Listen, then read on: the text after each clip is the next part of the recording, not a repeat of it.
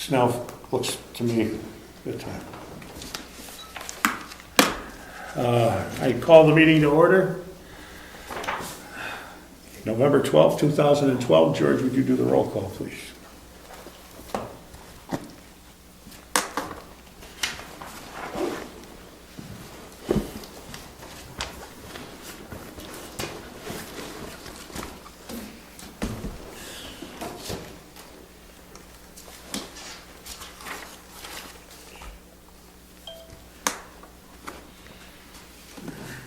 The time is 6:32. Gary Ciccarone, Here. Rick Charette, Present. Steve Michalski, Here. Ed Nason, Present. Jim Freeman, Rob Collins, Here. Clifton Camp. Cliff called in and said he wasn't going to be able to be here tonight. Ed Comeau. Here. Okay, we have one person from the board missing and the ex officio. Ed, would you be Jim? Yes. Okay, great, thank you. Okay, we don't have any correspondence or new mail tonight, so we're past that. And there are no announcements of anything important other than some of the new things in our new business. So we'll go on to public comments. And there is no public here tonight. So I don't expect any comments from them. So we'll go right to the minutes review. So let's take a look at that.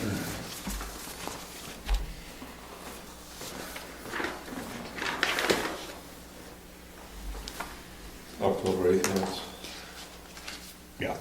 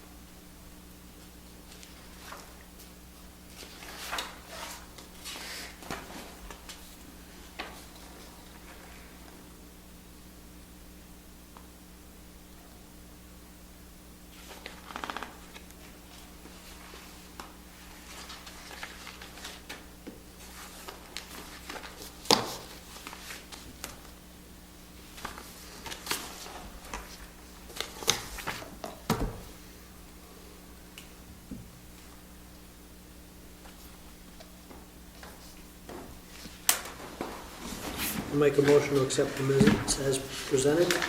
Second. Any discussion? All in favor of accepting the minutes? Aye. Aye. I abstain. Well, I didn't get there yet, but that's okay. Any opposed? The minutes are accepted. Let's add them to the documents. Okay, new business. I'm sorry. First of all, I'd like to, if you, just a moment, I apologize for not being at the last meeting. Got called away for work. One thing that wasn't entirely clear to me from the minutes. So there was a discussion about Moose Mountain. And there was a motion made, Jim Freeman moved the planning board, Jim Freeman, where was it? Right, Jim motioned to waive site plan review. And Eddie seconded it, and that passed unanimously. So my question was, were there any members of the board at the time of that discussion sitting on the board that are abutters to Moose Mountain? Did we pass that Of course, that would be unanimously? me. Right, that's what I thought. And the reason I raise it is because, not because I think anything bad happened.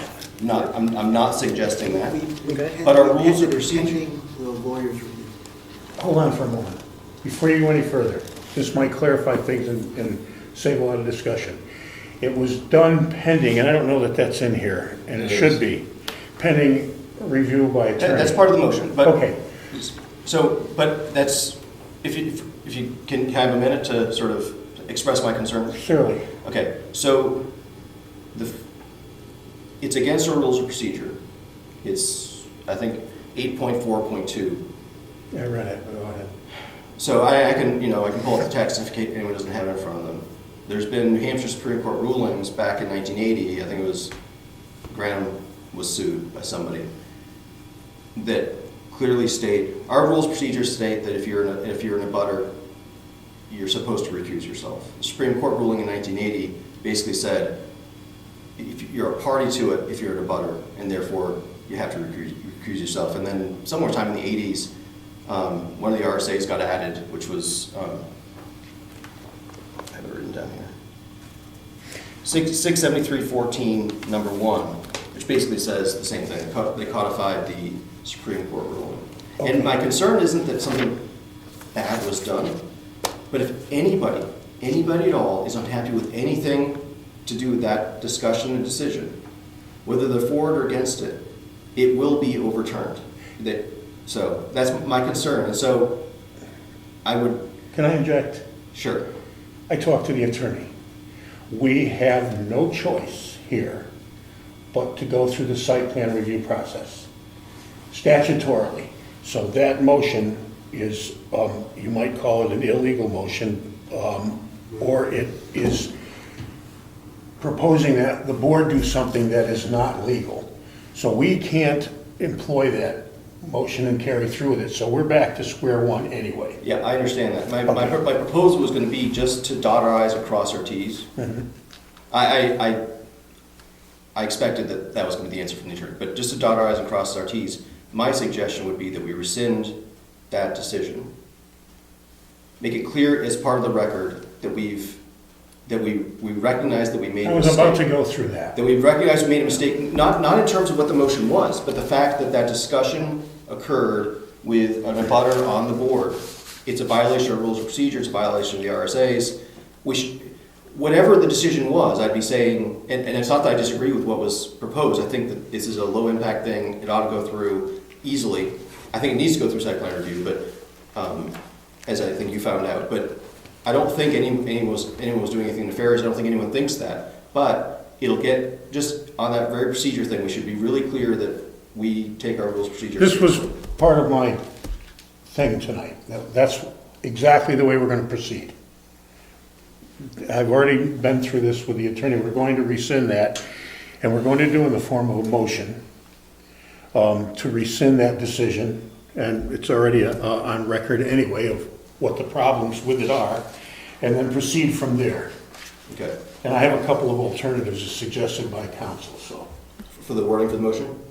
No, Oh, okay. no, the motion, So- I'm gonna see if I can extract from the floor to rescind that vote to waive the site plan review process for Moose Mountain Recreation.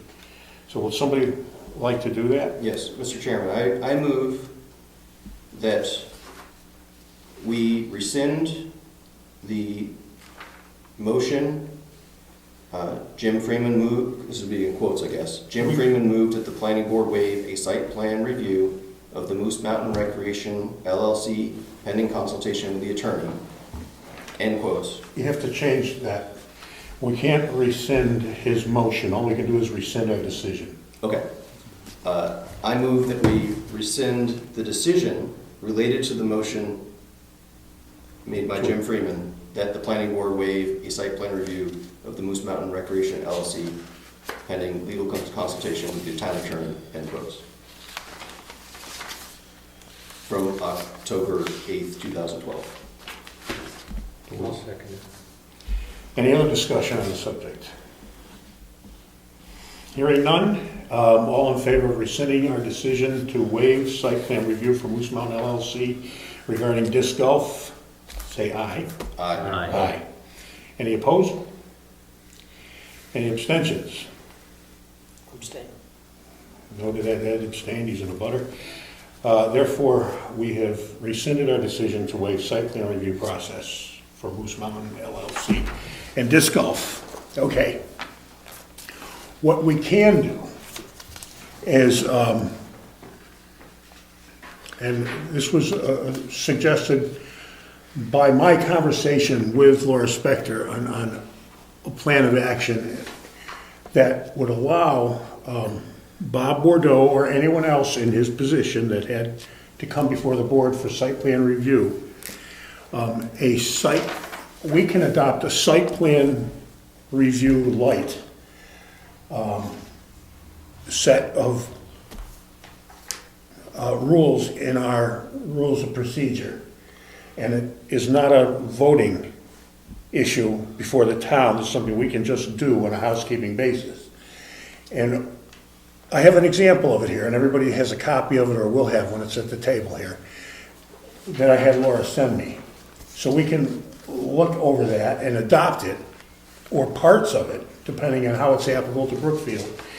And in this way, not inconvenience a citizen who's already gone through a full site plan review process with some of the repetitious things that aren't necessary, such as an entire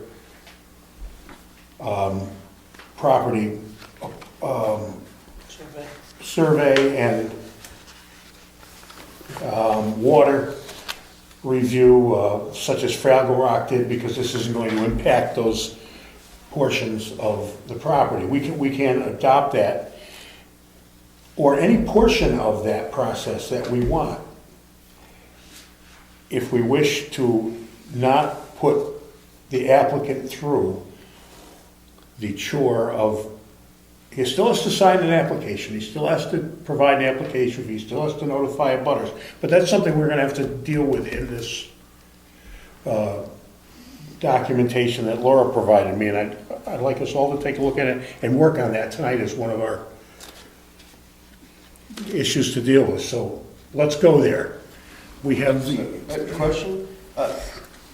I had sort of assumed that, first of all, that the original site plan review for Moose Mountain LLC was probably produced from electronic documents.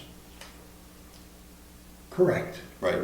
And I would assume that for something like this, even if we asked him to submit all the documents, all he needs to do is edit them to change to whatever he wants to add to them, That's not legally correct. and then submit those to us, right? Something like soil that wouldn't have changed, right? Well, yeah, but the water thing may change, and the point with all that is, and this is what I discussed with the attorney, after 1 year goes by, unless we have, we can't ask somebody to pull documentation they may have that's 3 years old. It's statutorily unacceptable in the site plan review process to take something that's 3 years old, even if it hasn't changed that we know of. But for instance, we have other business tonight that the floodplain laws have changed. We've got to deal with that. Things change, and a 2-year-old document may not be relevant anymore. And impact would determine whether we would require certain site plan review things to be done. For instance, disc golf is not going to impact the water situation up there with the pond and the snow making, that might require site plan review. You know what I'm saying? Having him bring something from Fraggle Rock that's 2 years old may or may not apply, but he may have to pay Fraggle Rock to stamp it for him again for $1,000 or $500 or whatever for contemporary approval. Yes, things haven't changed. The town can't arbitrarily make those decisions without going out there and having a professional say, nope, it hasn't changed. So if I had my land surveyed, how long is that survey? That's not necessarily a survey. No, but I mean, a survey, for A example. survey is good forever. He didn't Okay. have a survey. Well, he's got to survey the part of it, the front part, Yeah.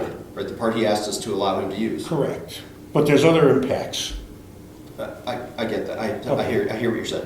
Okay. So we have two choices And here. do- Make him do- go through the full process or come up with a lane. Do each of those studies or whatever that are part of the site plan review that you're saying, do each of those have like an expiration date on them? Yes, statutorily, and I can't give it to you exactly. Yeah, if someone, it all depends.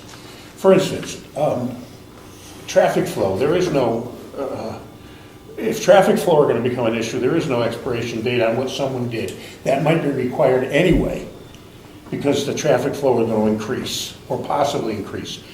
We don't believe it is, but it's possible it might. The water situation with the pond and the brook and the river, those things can change. Drought years, excessive rain, if there were an impact of his new enterprise on that particular facet of his property, we might have to have Fraggle Rock come in and do a new site plan review related to his new endeavor.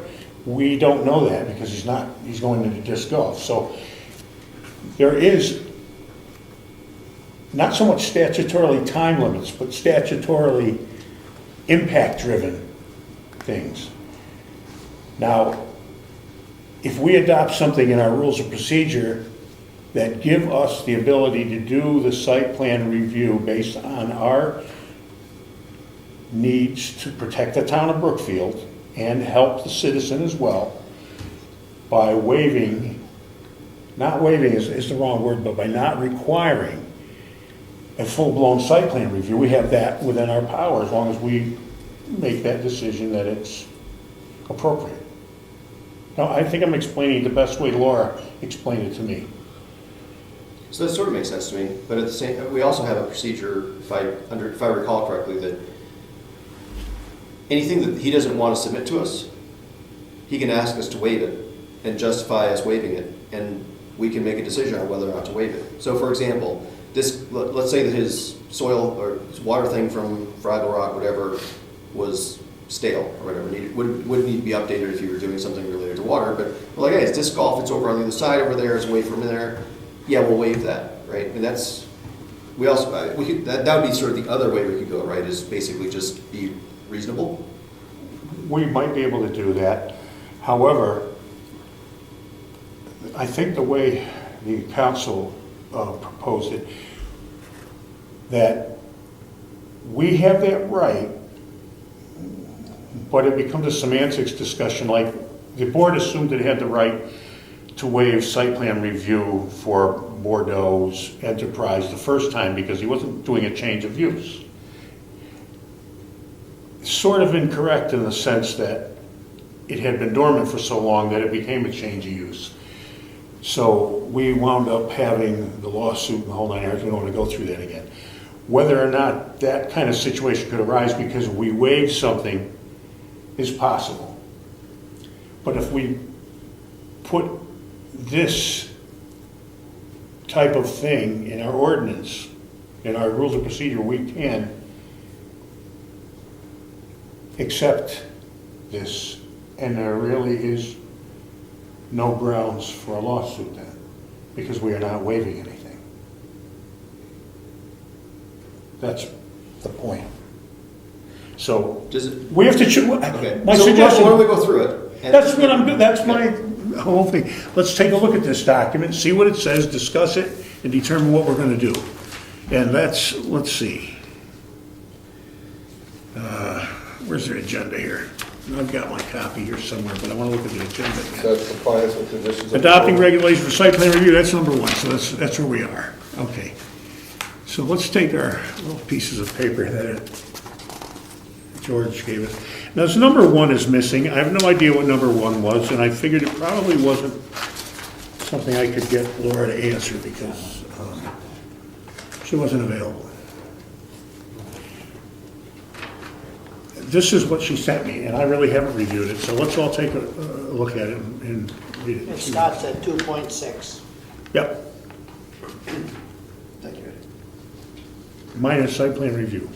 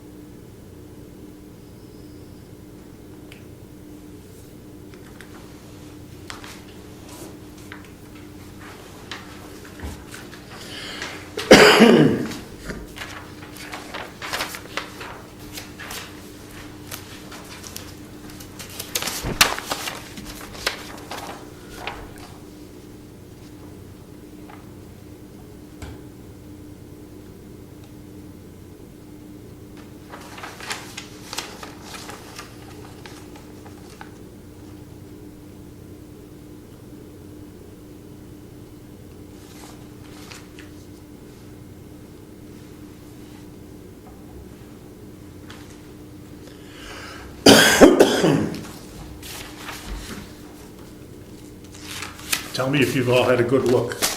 I'll wait for everybody I to, have. everybody have a good look? Yep. Okay. Let's take a look at minor site plan review. We'll start at 2.6. Where applicable, the planning board will attempt to expedite requests for site plan application by means of an expedited, I see nothing wrong with that in order to qualify.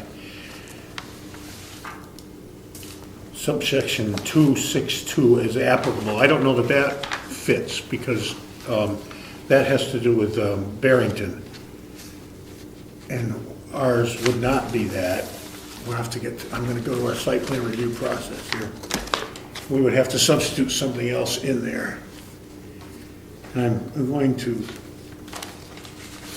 I just make a note to insert the correct reference. 262 is just the criteria for the minor site. pardon me? 262 is the criteria for the minor site plan review. Yeah, that just says that it has to be small. Which It's they on the, screw up. Next page. yeah, it's on the. Yeah.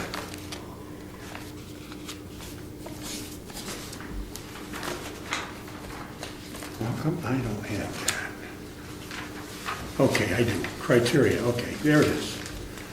Oh, yeah. I missed that, excuse me.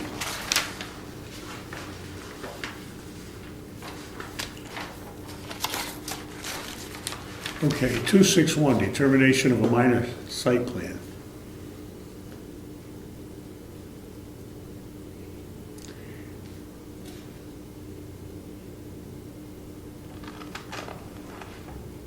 this fits pretty well.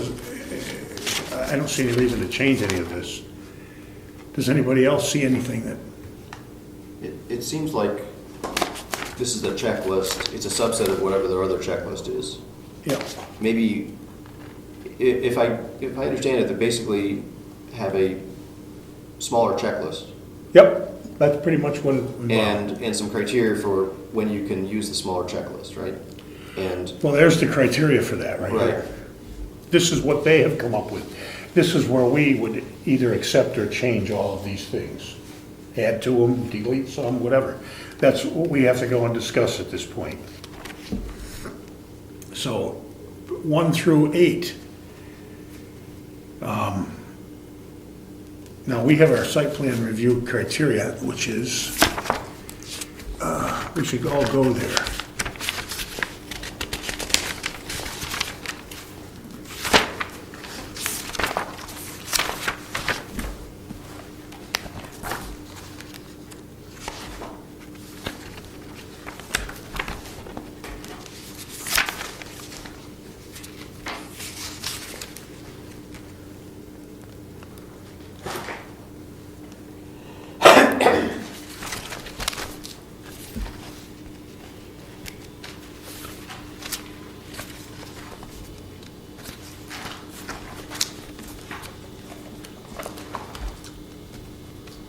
so it's on page 3 of the site plan review regulations. I think it's for Article 5, types of development requiring site plan review. Yeah, I'm looking for it in my book. Yeah, I know it's on 3, but I haven't got it there yet. I don't turn pages so fast anymore. Page 3.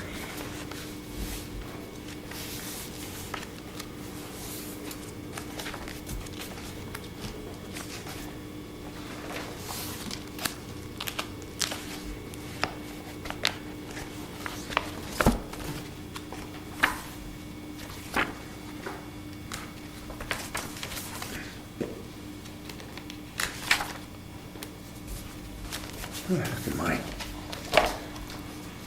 In my book, it's after the rules of procedure. Yeah, I know, that's where I am. It's after all the appendices. Yeah, that's where I am. Gary. Gary. I got it. Page 3. Article, starts with Article 5 at the top. No.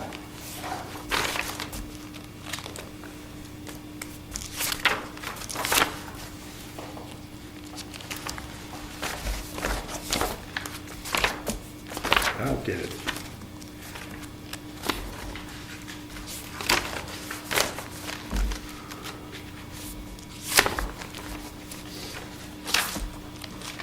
I have to put those tags on here.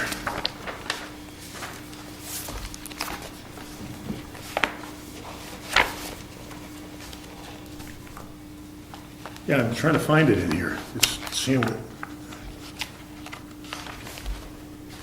Is it missing in action? I think it is. Use that one.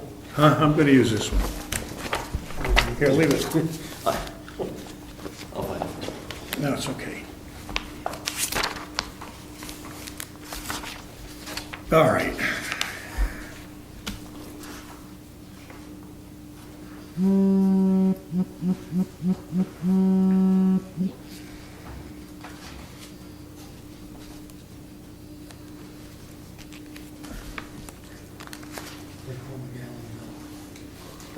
Oh, Let's just, He's got plenty of milk there.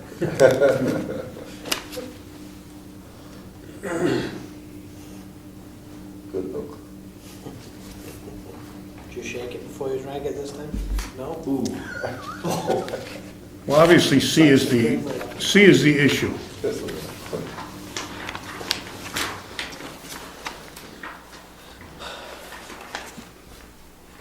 C is the issue? So it reads, Article 5, this is Article 5, types of development requiring a site plan review. No site plan approval shall be required for one-family dwelling units, agriculture as defined by RSA 2134A, or associated accessory uses. An applicant shall obtain site plan approval from the board for the following types of building development. A, all new principal buildings and/or accessory buildings for non-residential use. B, additions of more than 1,000 square feet of floor area to such existing principal and accessory buildings. And C, any change in use of a site or existing building. So that's any change of use of a site for existing buildings, I said C. Now, having disc golf as one of the permitted uses, It's a permitted use, but it is a change in use. okay. It's a permitted use which, we sort of have a little contradiction in here in the way it states what is and isn't required. Where was that exactly, Ed? You brought it up last week, what page?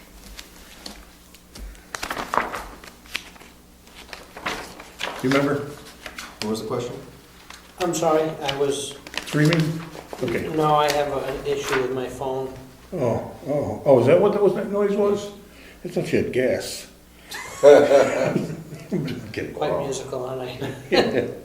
No. What was your question? No, last week you brought something up about permitted uses versus, Oh, yeah, that I didn't think it was necessary because. the way it reads, it is a little confusing. And that is. I think the way I understand it, and I could certainly be wrong, is that even though those uses are permitted, going from not doing disc golf to doing disc golf is a change in use, Correct, that is correct. which therefore would trigger Article 5C, site plan review. Correct. Well, in site plan review, because it's permitted use, we cannot say that he can't do disc golf. We just have to get. We have to allow him to do disc golf, but we can put restrictions and, Yep, roadblocks in front of them that you have to do this list of things in order to do disc golf. But we can't say you can't do disc golf. That's what it being a permitted use means, is that Right. we can't say no. We just have to make sure that he does it in such a way that, the page before that, talking about site plan reviews, like why we're doing site plan review, protecting safety and health and environment, all this other stuff, right? But we can't say no. If it were on the conditional use list, then we have the option of saying no entirely. So it's on the permitted list, we got the site plan review process all brand new. Why don't we just go through it? well, right here they've given us 8 criteria that Barrington uses. And their criteria as to whether this triggers minor site plan review. And we have to determine what pieces of our criterion are we going to ask for in the minor site plan review. Why? And then construct that. I like the idea of putting together a minor site plan review and at the beginning, see if it meets the criteria for a minor or traditional site plan review. Step 1, where do we categorize it, minor or traditional? Well, that's what I would expect to do with our, We can't categorize it as minor if we don't have minor site plan review in our zoning. That's the Right. issue. that's the point. Right. We have this, So let's plow forward, because if we're gonna do this. and it's we're gonna be done quickly. Yeah, and we can't vote on it tonight, because we're all just presented with this information No, I tonight. agree. So we gotta hash it out, Yep, vote on it the next time, in order for us to be expedient to the applicant. well, the applicant's not going to push this till next spring, but still in all, we don't want to wait till March to do this either. Right. I mean, We're obligated, he's applied, we're obligated. and 30 we have- days. Right, But so let's do it. Well, let's go the paragraph defining, or saying we have major and minor site plan review. And we'll put together the criteria for a minor, because we already have the major. well, there's a title here, and the title is minor site plan review. We don't have that title in here. So if we're going to add something like that, we're going to add a title to our ordinances, minor site plan review, and adopt certain criteria, and the criteria which qualifies it for site plan review, and then take the site plan review checklist and hash that one out. Go ahead, Rob. I don't feel a particular urgency or particularly feel good about saying that we're gonna rush through a change in our site plan review process to support an existing application.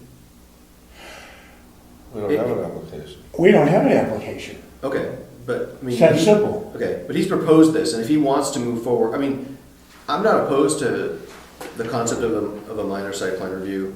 In fact, I think it's a good idea. I'm just not sure that we need to have a sense of urgency to put that in place. He hasn't asked for it. Nobody in town has asked for it. And, I'm asking for it, and Okay. I wasn't screaming urgent. Ed over there screamed urgent. okay, I said we've got till next spring as far as Bob Bordeaux's concerned. So, right. but if we don't work on it, we won't get it done. I agree completely with that. Okay. But we've got zoning March stuff coming up, right? I'm concerned that I see things on the agenda that are related to potential zoning changes, which need to, be done, public hearings and all that stuff in the next couple of months. Right? Those actually do have deadlines if we want to get them in March. Mhm. Right? So, Yeah, I agree, but we are gonna work on this for a little while. that's fine. Okay. But I guess my question would be, Okay. as a board, do we feel that this should be something that we're trying to get done in the next month or two, or by next spring? I mean, You want to prioritize? I definitely yes. don't think this is a big deal. I don't think it takes an awful lot of time from the board, and I think we could probably do this very quickly if we want to do it. I don't think it has anything to do with Bob Bordeaux other than the sense that, are we doing this for any other reason? Well, we've had somebody mention they want to apply, so there's another thing coming our way I don't think you've heard of. And I don't know when that's coming our way, but Cliff brought it to our attention last week, and that has to do with Chuck Robbins is evidently going to, or already has applied for a citizen's warrant to convert a piece of his land into a public beach on the back of Kingswood Lake and put cabins for rent there. And that's coming our way pretty soon. Now, Really? yes, and he's gonna make a public beach, and nobody's seen the proposal yet, so I'm not, he called me and talked to me about it for a few minutes, and I was non-committal. I said, well, bring it before the board. What else can I say? But he described the thing to me entirely, and it was interesting, but these things are coming our way at that. There's a petition zoning change coming Petition warrant article. It's a warrant article. for changing the zoning to Correct. allow Yeah, I allow that just- as a use.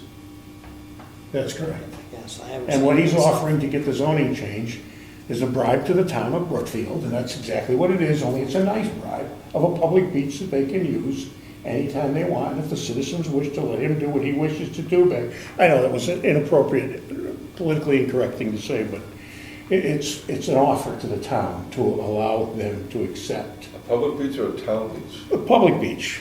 I can't make a town beach. Can I make From what I talked to him about yesterday too, Pardon me?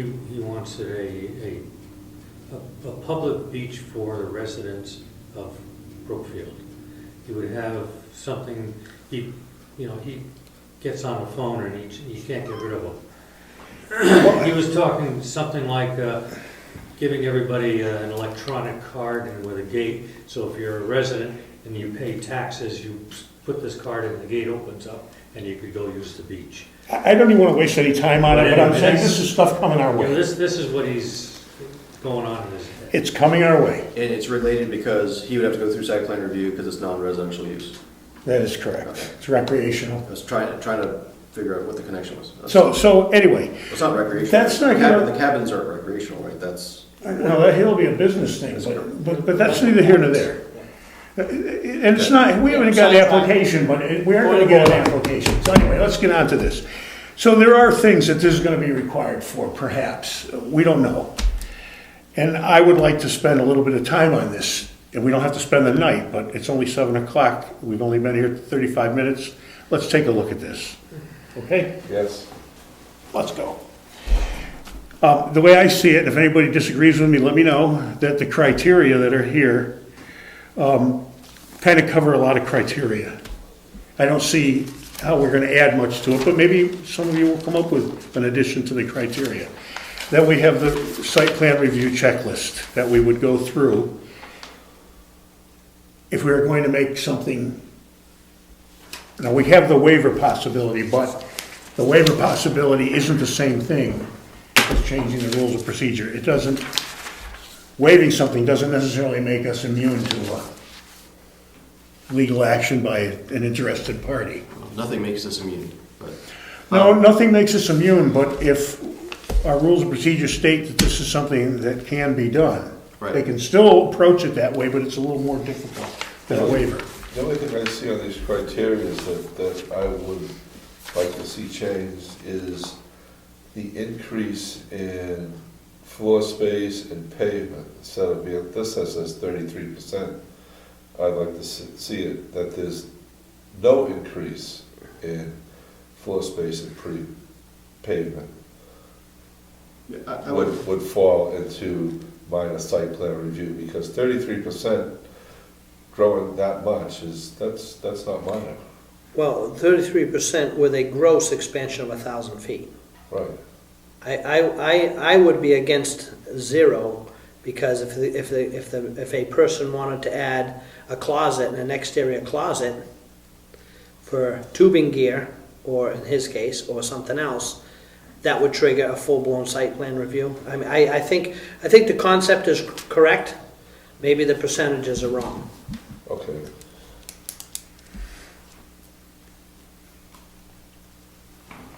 that's a fair point. As far as expansion of pavement, we could actually remove that. There's no pavement. But this isn't gonna just It's apply not, to yeah, we Woods can't, Mountain. we can't use that as the only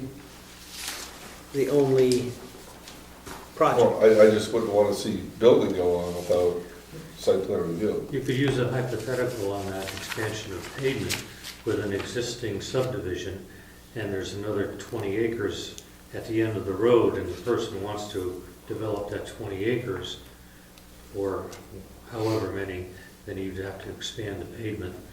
I wouldn't give them a limit on pavement. I wouldn't even address the pavement for this simple reason. Pavement of his parking lot might trigger site plan review because of certain impervious surfaces.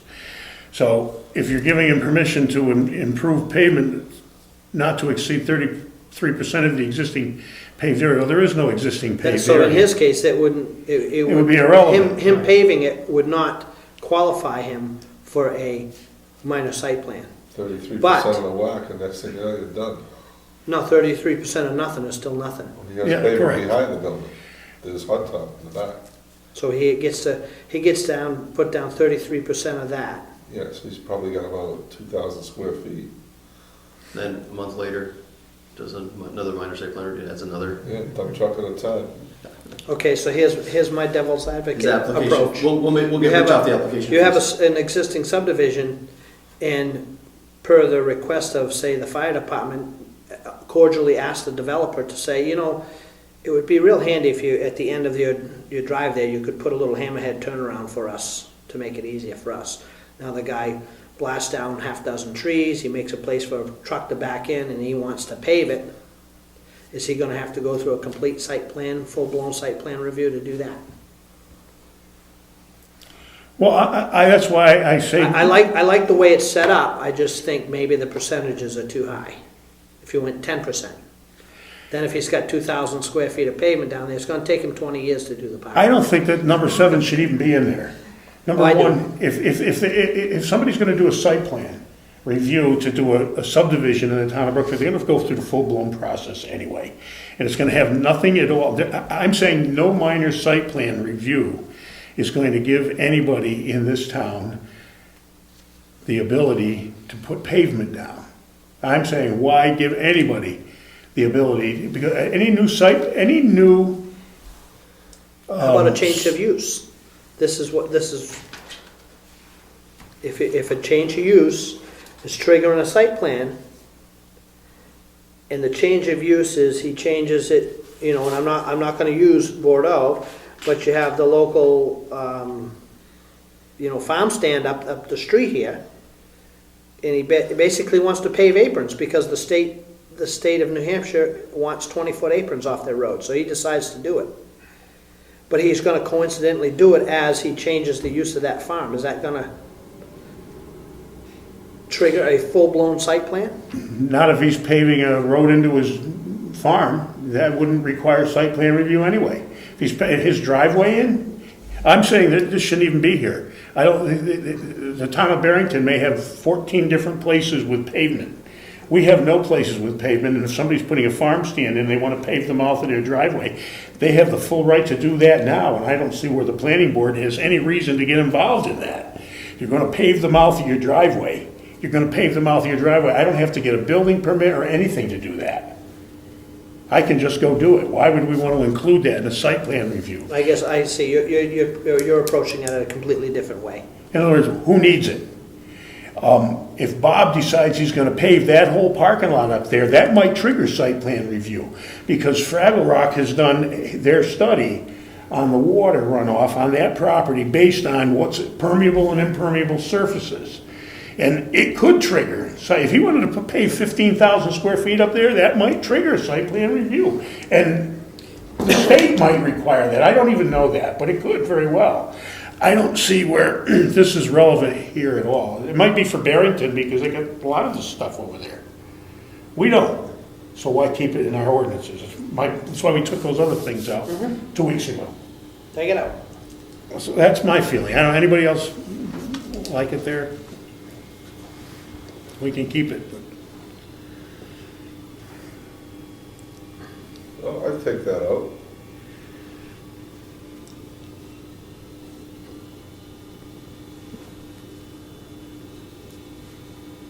Take out number 6.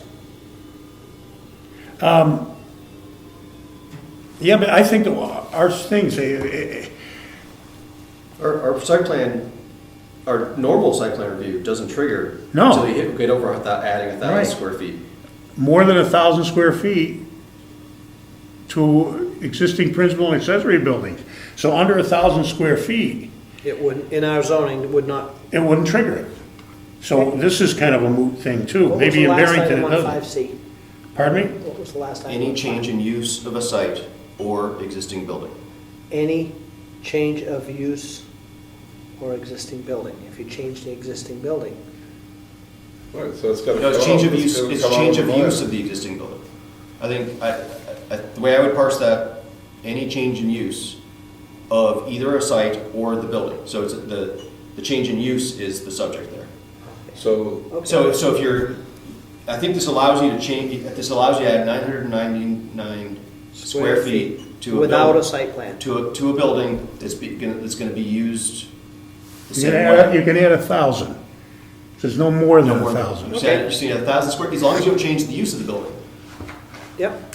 what does the original site plan say, change of structures or buildings? It's additions of more than 1,000 square feet or a change of use of the building or of the site. That's in the current site plan Yeah, review. those are Yeah. triggers So for it's site plan covered. review. So ditch number 6 too. I think so. I don't think they're relevant. Because we already covered that in the rest of the ordinance. What I originally proposed was a minor site plan review would be no change to existing buildings. No, a minor site plan review would mean that there's nothing. We allow 1,000 square feet of change to a building without site plan review being kicked in our ordinance already. Okay. So rewriting that under the criteria for minor site. We already plan review. allow Yeah, it, and then it's moved. so why allow it again? It's moot, he's right. Take it out. And the rest of the thing, I don't see any reason to remove.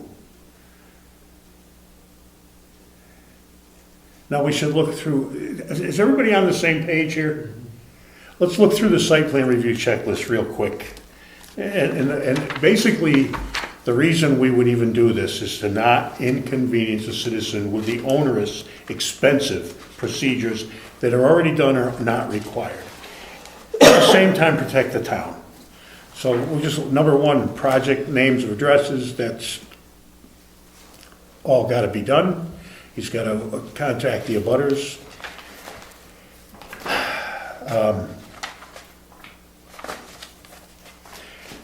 Number 2, the north arrow date of plat, scale, name, address, and seal of person preparing plat, signature, and block. That's already in existence, and that is like an A2 survey. There's no reason to have that updated. Vicinity sketch and zoning districts, that's already part of that, number 2.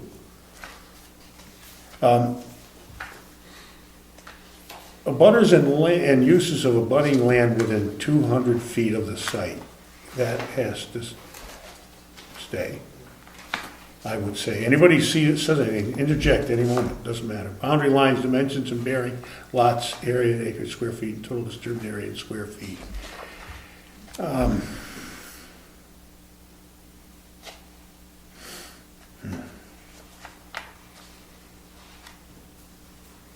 So one thing I noticed is that at least in my copy, could be out of date,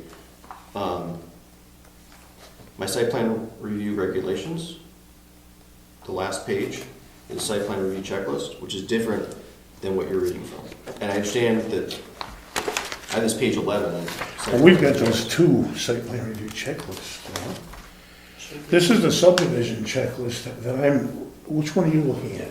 Well, so there's Yeah, we're back to that again, George. Well, so there's the site plan review regulations, which is what George passed you here. We'll see if the last page here is the same as the last page I'm looking at in my It notebook. probably is.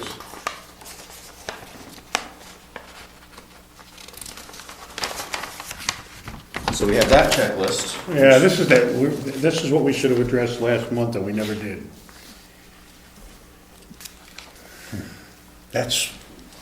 We should have addressed it. We can still address that. We have 2 site plan review checklists that don't match, and that's gotta be fixed. Sounds to me like that ought to be first before this. Yeah, it would seem so, wouldn't it? Well, it could be part of the same thing. So we're gonna have a site plan review checklist and a minor site plan review checklist, right? We're gonna have 2 checklists. I guess so. And we've got 2 now for site plan review. We're gonna get rid of one of those. Well, let's work on it. That's what we're doing here. We're supposed to be doing as a planning board. Let's take both of these site plan review checklists and reconcile them. Because we don't want 2 of them in there anyway. They're different. What's the point? Let's see, there are 1, 2, 3, 4, 5, 6, 7, 8, 9, 10, 11, 12, 13, 14, 15, 16, 17, 18, 19, 20 items on that one, and 23 items on this one. Great. How did we let that get by us last time? When we removed certain things, remember that? Yeah, I didn't realize this checklist was back here until I just turned on the page today. What are the dates on? There are no dates. Well, there are no dates. We don't need to spend the time researching them. All I right. say the older one, just get rid of. All right, vicinity sketch is already here. Number 1, I'm gonna cross off on this list right here what is redundant. The name and address of owner's record of site and abutting properties, that's redundant. The name and address of the preparer of the plan.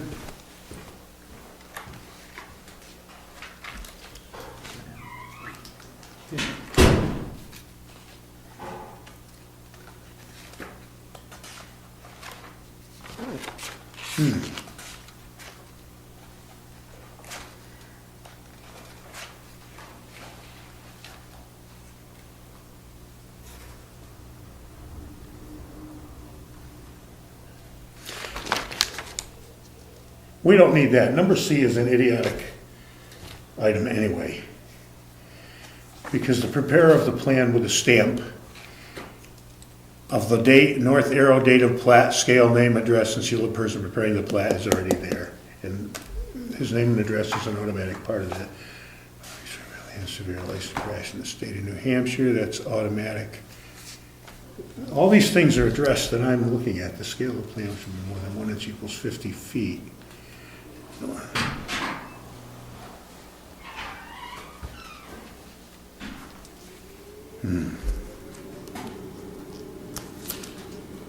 any of you gentlemen like a water? Yeah. Nothing. Relax. Sure. What do you want? Yeah, I'll take one of those. If you would. I'm gonna argue. Which Jenny's gonna have a hernia.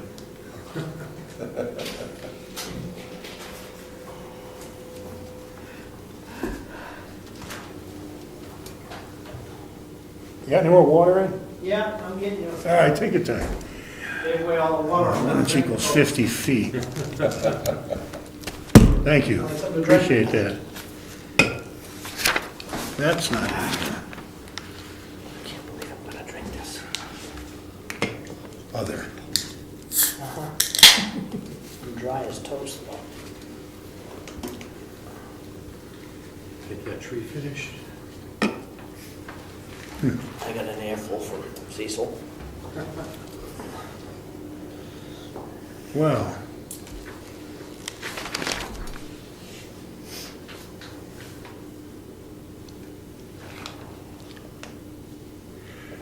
Number E, is that, have you already got both of these things in front of them? I don't. Mr. Chairman, Yeah. I'll listen. if page number 11 was revised by us and accepted already, can't we just remove this old one? Well, we could, but I'd like to look and make sure that all the things that we're just throwing out willy-nilly are reflected in here. Because I thought we were. That needs to be. That's what I'm doing right now. I'm making sure, I'm crossing them off as I see that they're listed here. This thing really should go, because it's different than this, and they both have the same title, Site Plan Review Checklist. Makes no sense to have something like that. The scale of the plan should be no more than 1 inch equals 50 feet. The plan shall include north arrow and date.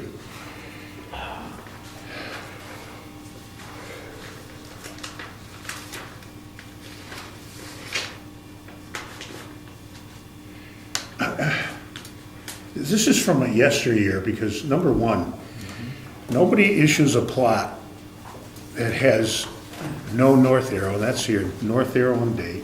Make a shot. And the scale is always no more than 1 inch equals 50 feet.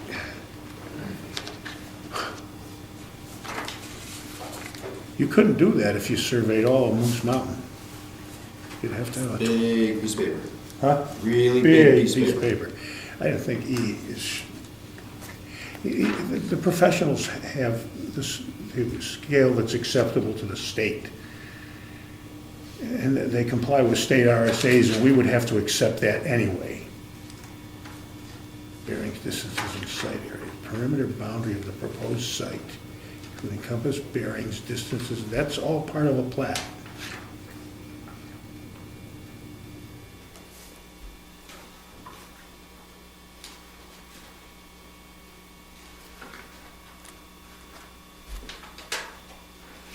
Existing proposed grades.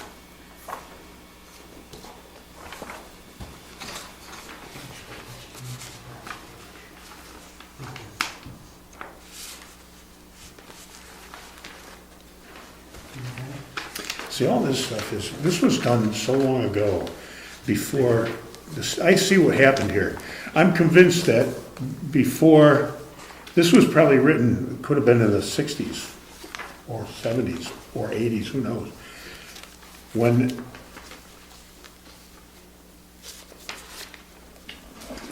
a licensed surveyor, we've run into this actually on the board a couple of times. Remember I can't remember whose lot it was, but George, who was it that, here's in there? Somebody they gave a lot to somebody else and combined a lot, and there was supposed to be a site plan under here, and nobody had it here. Remember that was, last Yeah, year? that was DePrizio Nason at the top. Yeah, of yeah, Moose yeah, Mountain. correct. That's, in those days, that's the way they did it. So existing proposed grades including topo contours, intervals not exceeding 2 feet, that's all statutorily part of a plat now. We require that. And as soon as you have a plat with the seal of the person on it, that's a given. So this stuff it's just redundant. And actually, you're asking for the same thing twice. Elevations, height, okay, so we proposed that's there. Marshes, lakes, ponds.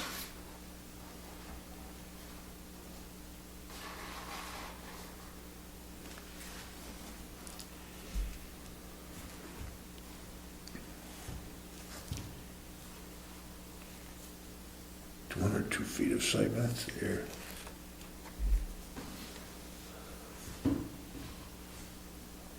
Driveway. See, somebody rewrote this in the form, of this form here, and then didn't Well, we remove went this. through it not too long ago, Yeah, for the simple reason, and I think it was, I believe it was during this whole Moose Mountain thing, because this, number 11, site plan review checklist, Town of Brookfield Planning Board, page 11 is geared towards the development of a home, of a Residential. residential development. And it did not all, not was all all- of this yeah. applied to that situation. yeah, but what I'm going through here with all this, Mhm. they're already covered over here. I'm down to L, and everything down to L is already listed here and more. I haven't finished down to T, and then that's the end, unless there's another page. I'm looking at it to make sure. I mean, there's no reason to keep this in there and create a point of confusion for anybody that looks and sees 2 lists saying different. Well, keep going. I'm almost there. The side, public and private utilities.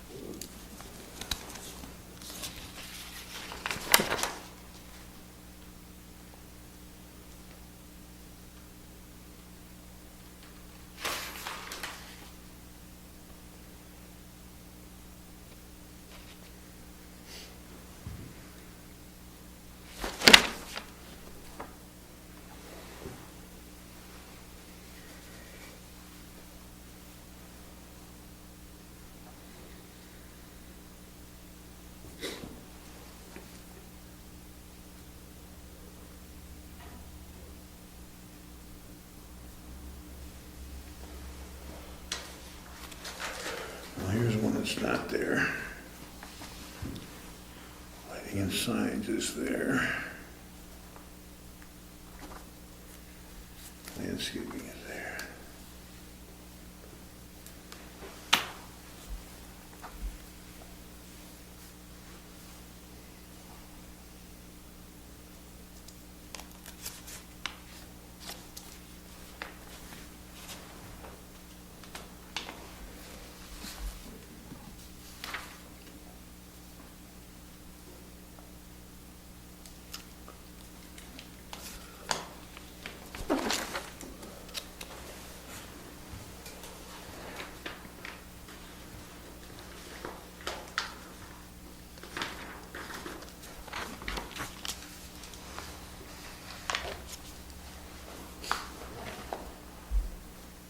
Okay. Here's the 3 items that I see that aren't covered over here. One of them is the size and location of all existing and proposed public and private utilities. God only knows what that means.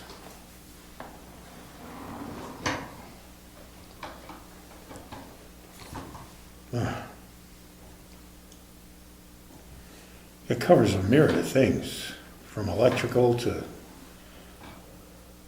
Well, your public utilities would be your electric, your phone, cable. correct. Your private utilities could be a common well for a subdivision, which would service several Septic dwellings. systems. Well, So that would be your private utility. yeah. Well, number 16 is location of all existing and proposed water wells, culverts, and distances to cisterns and fire ponds. That would cover wells, but there's nothing over here about utilities, electrical, etc. Your wind farm. That's right.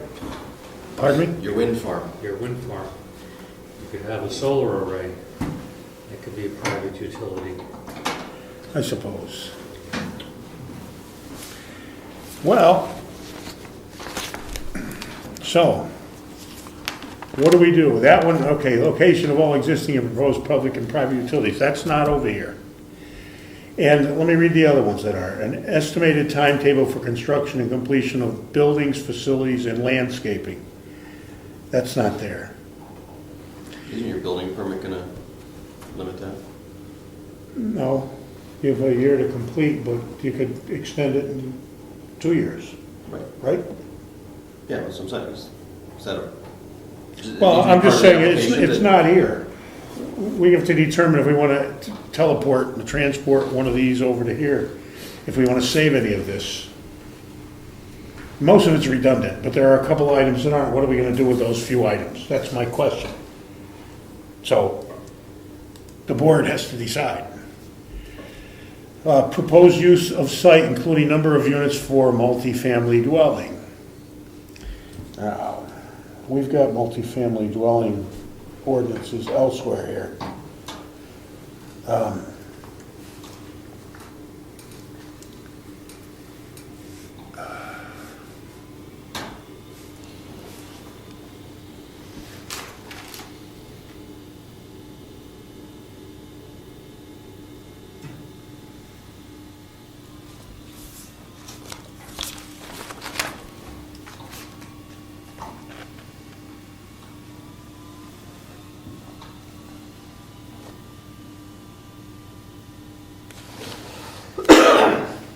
Nothing.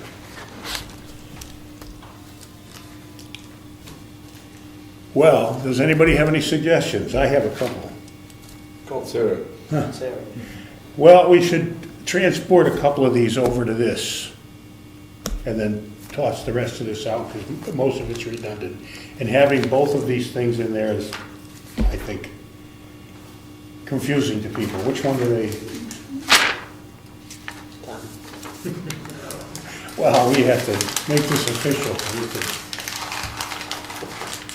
Again, I just think the one on the book is official. Well, We've already been through this. We used that as a worksheet to develop this one. That's what I said. huh? We did that before. We used that as a checklist. But this is a site plan review checklist. It's in our site plan review regulations. We have 2 different site plan review checklists. I think somebody We just just neglected, built I think this somebody neglected, I think we went, whoever worked on the nice looking checklist, that was submitted in waived columns and stuff like that, Left the worksheet. just went through the process you just went through, figured out which things to bring over, and just forgot to take that page out. That was us. Well, that may be the case. The point is, if we're gonna do it, we're gonna do it as a board through a motion and all that business. We're not just gonna tear it out and throw it away and say, the hell with it. I move that we tear it out, throw it away, and say, no, Do we wanna transport any of these things over there? I'm sorry, there's a motion on the table. I was serious. I move that we just eliminate the checklist. The one that's in the, Page 11. well, they're both page 11. Oh, Yeah, they are. The old page 11. Yeah, They're not revised, page 11. the page 11 that doesn't have any sort of date or anything else on it. Or attachment to the book. So this, Does anybody second that? I second that. Do anybody wanna discuss this any further? No. Okay, I don't particularly wanna go any further with it anyway either. So, but we had to look through and make sure all these nice little items were. Anyway, all in favor of tearing this thing out and throwing it away? I, Aye. Opposed? Abstentions? Tear it out and throw it away. yeah. There's the problem solved. Okay, so is that date any interest? 93 or 97 on there? For that, for page 11? Yeah, but it Let's blame shouldn't, George for this. it shouldn't be, there shouldn't be 2 site plan review checklists in here, both with different things in them. So, just, Sorry, George, throwing you under the bus, pal. so the document that we just voted to change, which is called something, site plan review regulations for the town of Brookfield, New Hampshire. Is that part of our, what's that? Is that part of our rules of procedure? Or is that just a separate document? The reason I ask is because when we modify our rules of procedure, there's a whole bunch of rules of procedure around modifying the rules of procedure. If this is not part of that, then I expect that those rules don't apply, and we can just go ahead and make the change. So I guess maybe I'm asking George. There's this document. Is that part of our rules of procedure or not? It is not part of our rules of procedure, that is a separate document. Yes, we don't have to. Awesome. Okay, so that change is done. Yep. Now what we want to do is take a look at this and really quickly go through this and see what we want to do for a minor site plan review. And then have George type it up. And then we can come back next month and vote on it if we want, or do whatever we want with it. I think you gotta systematically go down through the list and just pick out the That's things correct. that'll apply to a minor situation. I agree. Go ahead. Read Number them off. one, the name of project, names and addresses of owners of record, tax map, and lot number. That's gonna be a yes. We need a one. North arrow, date of plot, scale, name, address, and seal of person preparing plot, signature of block, and signature block. I would say yes, because. We have to.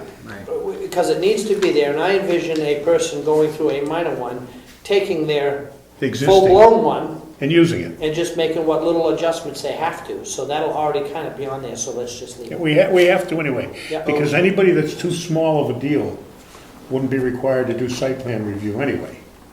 What does that mean, too small of a deal? Residential, agriculture, those kind of things, that don't kick in our site plan review process. Things that don't, in other words, Like a minor subdivision, yeah, is what you're really saying. Minor A subdivision is lot line minor. adjustment, yeah, anytime you Yeah, split we have a minor one lot subdivision. into two, that type of thing. or combining two Wouldn't lots to one. might not require all of this. Well, I think that I know that it's later on the agenda, but we're talking about home-based businesses, right? I'm just wondering, if somebody builds a building for the home-based business, does that kick in site plan review? It may. Right, so that, I think that maybe and maybe you want to think about that, maybe you want it to be full-blown site plan review, I don't even know, but It is depends that? on what they're building for the business. If they're gonna go out in the backyard and build aircraft in a hangar, and it's gonna be 30,000 square feet, maybe maybe that qualifies site plan review, that's home-based business. It would be home-based business, because it has to be subordinate in size to the home. Okay. Does it? Where does it say that? The law is pretty clear that if it's a home occupation, It's it has to be outbuilding. it has to be clearly a secondary use to the residential use.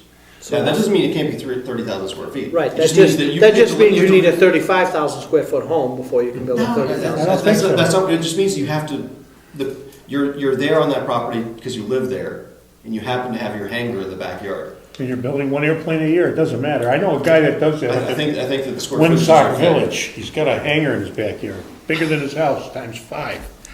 Anyway, vicinity sketch and zoning district. No, Yeah, I'm sorry, but just, I'm not sure I got a full answer, feel like I got an answer on it. So if somebody wants to, we had a guy that came in and he was a gunsmith or something like that. Let's say he wants to build a 400 square foot accessory building for his gunsmithing. Armory. Does that kick in? It's non-resident, and the way I read this, I think. 400 square feet, did you say? Whatever, yeah, say it's 400, say it's 800, I don't know, I mean. Okay. It's less than 1,000, doesn't require it. Well, no, actually it does, I think. I mean, correct me if I'm wrong, but what it says is, if I can find the page, A, all new principal buildings and/or accessory buildings for non-residential use. So it puts a 10 square foot building, puts a shed to use for his gunsmithing.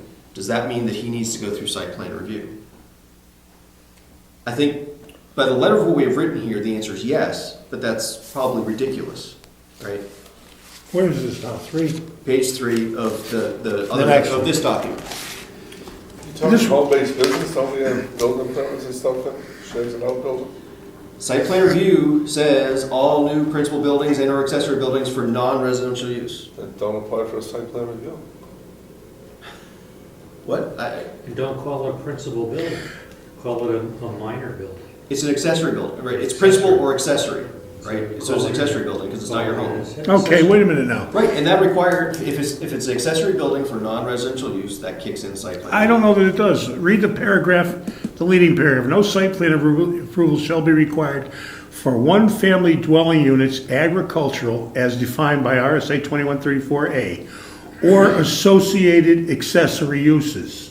like a home-based business is an associated accessory use. No site plan review. Now, Okay, so. to me, so- this triggers, if you're on a piece of property that isn't a home-based business, then all new principal buildings and or accessory buildings for non-residential use. We've So- uncovered some more paperwork to do to clarify this even more. I'm telling you. So does the or accessory, or associated accessory uses, does that apply to the agriculture or to all of it, the dwelling units and agriculture? Are farm animals considered employees? It says or associated accessory uses. Draft animals only. It says agriculture is a separate entity as defined by RSA 2134A, or associated accessory uses. It's not describing agriculture, it says agriculture or. An associated accessory use would be a home-based business which we allow in town, up to a point. I think you guys are getting off track. No, I think it would help me a lot. It would help me a lot if I understood what we're writing the site plan review regulations for, what kind, some examples of the projects. If what you're saying is right, and that if you've got a residential, something residential, and you've got an associated accessory use, like your gunsmith, that because that's exempted, then I think that's great. I'm not sure when this would apply. This would apply then only if you, for primary uses, for not secondary uses, not accessory uses. Primary uses. Only primary uses would require site plan review. Buildings for primary uses. Or size might. I mean, you can't become Winchester Arms of Brookfield, New Hampshire, and manufacture 20,000 guns a week. I mean, and we aren't going to get into defining where size starts and stops because there's a spirit of a Four employees. Yeah. Well, you can Not have as counting- many robots as you not want. Not counting your army of children, right? So, Anyway, I mean, is everyone read this the same way that the site plan review, if you, in like the case of an accessory use, home-based business. Fall deeper off the wagon and find out where home-based business is defined as, what its use is. Say that again? Go back to where it talks about home-based business, it's way back here. It's in your zoning, right? right, and see what it says about the zoning of that. If it falls under residential only, then I would say that home-based business is an accessory use to the residence, which would not. Customary home occupations, so this is in Yeah, Yeah, it's first, second page. Article 2 districts, A, residential agriculture zone, 1, permitted uses, B, customary home occupations such as offices of recognized professions, yada yada. that's it. Well, I think that, the question is how to parse this sentence, and I'm gonna get my wife, who went to Catholic school, so she knows grammar, to read that one for me. The nuns beat her into it.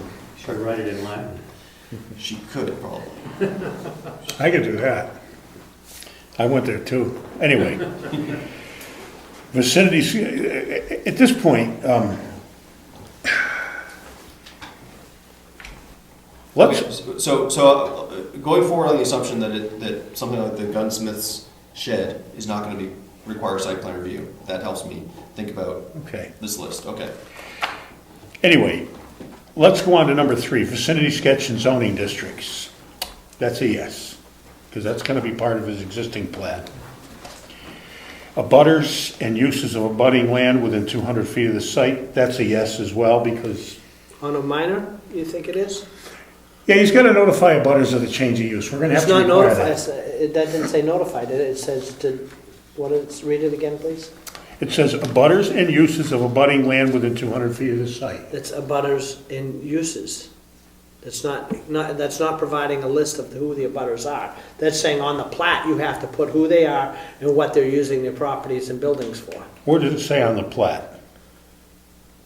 Where does it say that it has to be on the plat? What is it applying to?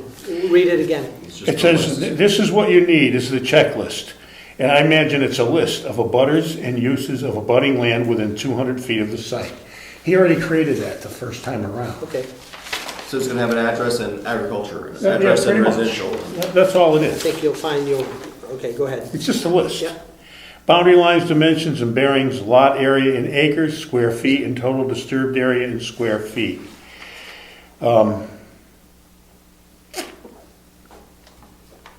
There again, that's part of his existing survey.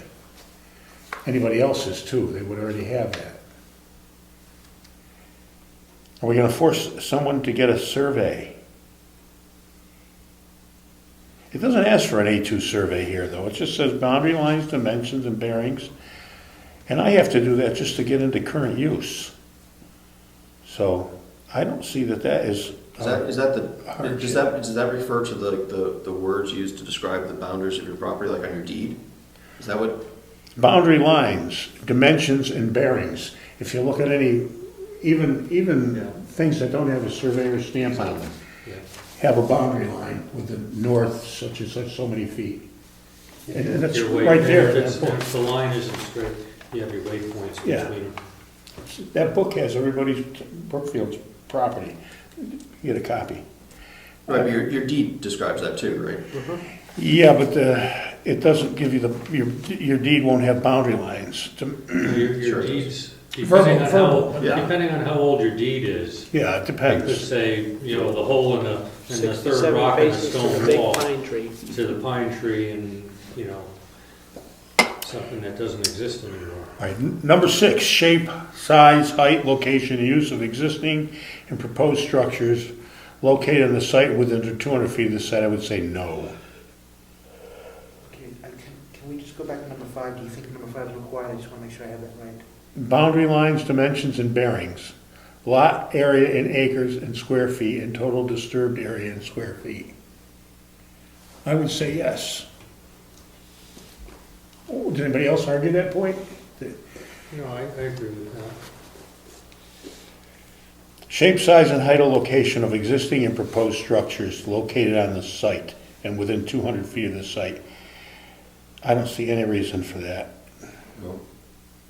But anybody else? Well,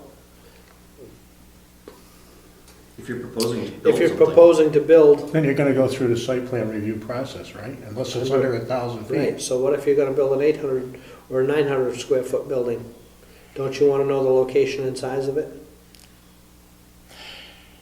Okay, proposed. But just reword that one for the next one. You don't need to know about all the abutters in the existing buildings, you just wanna know. Of proposed about- Of structure. proposed structure. Shape, size, height, location, and use of proposed structure. All right. I don't wanna write all over my site plan. Yes, I do.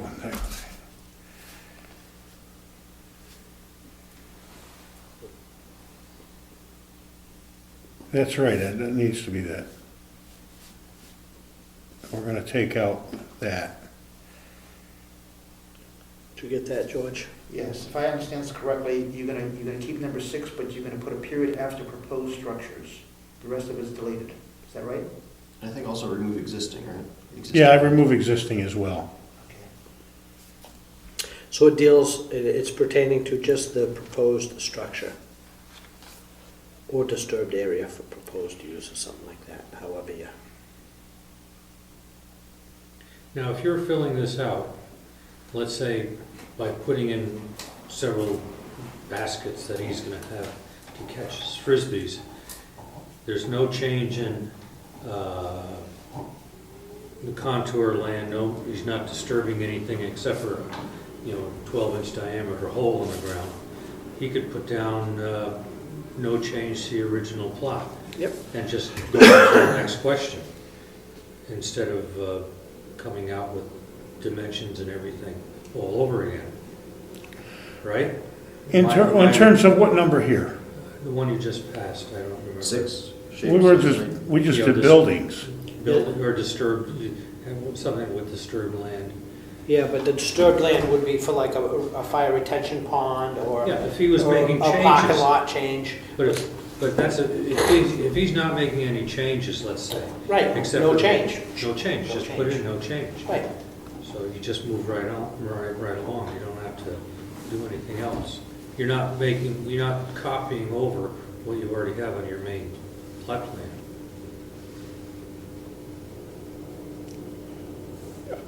he could put no change in there. But you're asking for boundary lines, dimensions, and bearings. And your disturbed area you just note that, right? Is that what you're saying? Yeah, Okay. if there was no change, he doesn't have to come up with all that information. All he has to say is no change from the original plot. Well, actually, we are asking him to he's gonna give us a map of the disc golf. And we're not just talking about Bob Bordeaux here anyway. I know. We're creating a document This for is in whoever. general for everybody else on a smaller operation.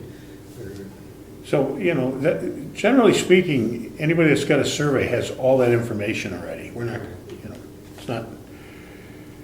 Now, somebody that has no survey wants to put disc golf in there as a cottage industry, where would we go with that? Well, Yeah, it wouldn't be, change the zoning You regulations. get a recreation. it wouldn't be in the rec zone, right? Because if the home occupation has to be accessory use to residential, and nobody can live in the rec zone, can't be used for residential. You can build disc golf equipment. But you, on your place, you have a residence, you could do disc golf as your home occupation Yeah. without having to go through site plan review, because it's accessory use to residential. Sorry. A little levity. Okay, Shay, all right. Imagine this town has like 7 disc golf. It has more disc golf than the rest of New England, all in the same town. Okay, location, name, widths of existing and proposed roads on the property and within 200 feet of the site. I don't think that applies at all I don't think it needs to be there. for a minor one. What if somebody's proposing to put in a road? It wouldn't be minor. Okay. Location of an existing and proposed sidewalks and driveways and indication of travel for both pedestrian and vehicular traffic. No. Access to the site, distance at access points, curb cuts, any proposed changes to existing street. You could put the second part of that, any proposed changes or curb cuts to the access to the property. Because in one hand, it's not, a minor one might not be doing that, but if part of his site plan is he wants to change his driveway, Well, it's not minor, so the minor one would be no changes to keep in the criteria of being minor. okay? I don't know about that. Ed, you might be right. Because that's not a major change. If he, let's see. We gotta stop thinking about this as Moose Mountain. But you're right, in a sense, a change in the driveway location. That would could be to the change- driveway thing. Yeah, but it could change sight lines for mass amount of, if you had a housing development going in and they'd been through this process and then they got going and they realized, well, it would be best if we had our entrance instead of here, we had it here. But if over here, might be better for them, but it might be a not so good advantage for sightline of oncoming traffic.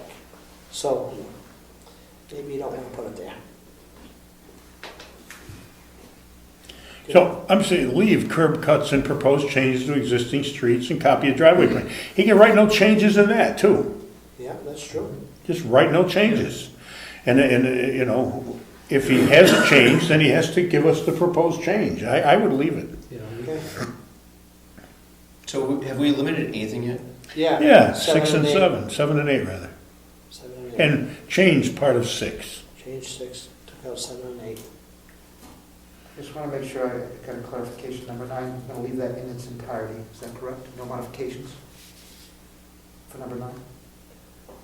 I guess. I would put curb cuts and proposed changes to existing streets. Okay, so delete everything? Is a suggestion to delete? Access to the site distances at access points. He's already done that anyway. So there's a suggestion of delete everything before curb cuts. They're gonna have to, if they're gonna change the access point, they have to go through a different process anyway.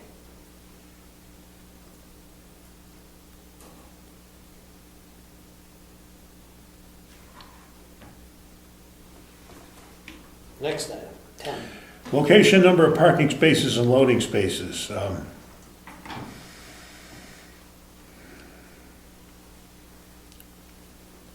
I would get rid of that. Yep.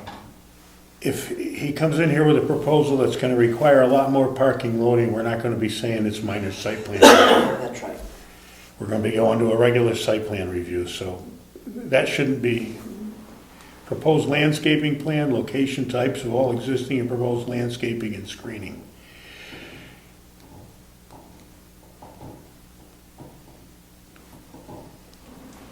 I'm sorry, I'm still catching up on number 10 about the parking spaces. What if he's putting in the 800 square foot new building that's drawn based on one of these, the number 6, right? He shows the new building number 6, and he wants to have 10 parking spaces next to this new building. We don't want to know where those are going to be. Well, we can require anything we like. We can say if you're going to put a new building in, we want to see if you, are you eliminating any parking or are you adding any parking? Please show us. Right, so number 10, I think for the minor, it seems like we're looking for changes, right? We don't need to document everything that's already there necessarily, because somebody's already documented that if they put it in the first place. Is that? Or what about a person that doesn't have any of this information and it's not, having never undergone a site plan review in the first place, and they get caught up in the legality of this and are forced into a site plan for a minor thing. They might be able to go for a minor site plan review With no previous site plan? with no previous site plan, so then we would probably want to know their parking spots. So we could leave it there. Leave it. It's not that big of a and deal. No change, Okay, proposed landscape, well, now we're gonna leave the number 10. Proposed landscaping plan, location, types, of size, all existing proposed landscaping and screening. I think we should leave Would it it. be to our advantage, instead of going down and creating a separate list, creating a paragraph in our minor site plan to say that it is acceptable to put no change or does not apply to our present list? Leave the list as complete as we have it. That way it can be tailored to the use. If they go, okay, under a minor site plan, Didn't we try that last it's time? acceptable to put no change or not applicable. Is that the same thing as asking, essentially? Well, it's waiving. Waiving it. It's the same thing. Yeah, but why didn't waiving it before work? Because we got us a lawsuit. Well, we waived the whole process. No, not tonight, but in the beginning, oh yeah, I guess we did waive. Right, we waived the whole process, the lawsuit happened, and we had to go through the process. But if I recall, we waived some stuff as part of that process. We did, but both attorneys were sitting here and they kind of agreed on the subject while sitting here. But that's okay, Well, yeah, but the idea is not to get into that again. Whether we waive it or approve it the way it's submitted or whatever, somebody's gonna be upset about something and they're gonna, Being upset about something and then having the wherewithal and motive to actually perform a lawsuit on the town. They had a case last time. yeah, because site plan. Yeah. We should have done site plan review. Yeah, okay. What we're doing here is we're trying to put a situation, you're not gonna make all the people happy all of the time. If somebody hates disc golf as a matter of Okay, course of their so- life, so. So let me back up and rephrase my statement. Rather than putting a paragraph saying does not apply or waive, just a simple statement saying if you fall under this criteria, your application will be looked upon as a minor site plan. Aren't we doing that right now? We'll come up and Well, we're say, trying to, but see the item problem- 1, 2, 3, 4, 5, 10. You know what I mean? If you fall under these, In other words, if you don't fall I under think what we're 6, gonna find, we get to the end of that list and we're only gonna pull out one or two that we could argue should have stayed. And then, if we're only gonna pull out 2 items, is pulling out 2 items worth having another whole document, another whole series of applications and a way to go about it? Or do we just simply say, you will be considered a minor site plan if you fall under this criteria? Which gives the board more leverage to accept more waivers, because it's a minor site plan. And then just keeping that checklist the same. I agree with what he's saying.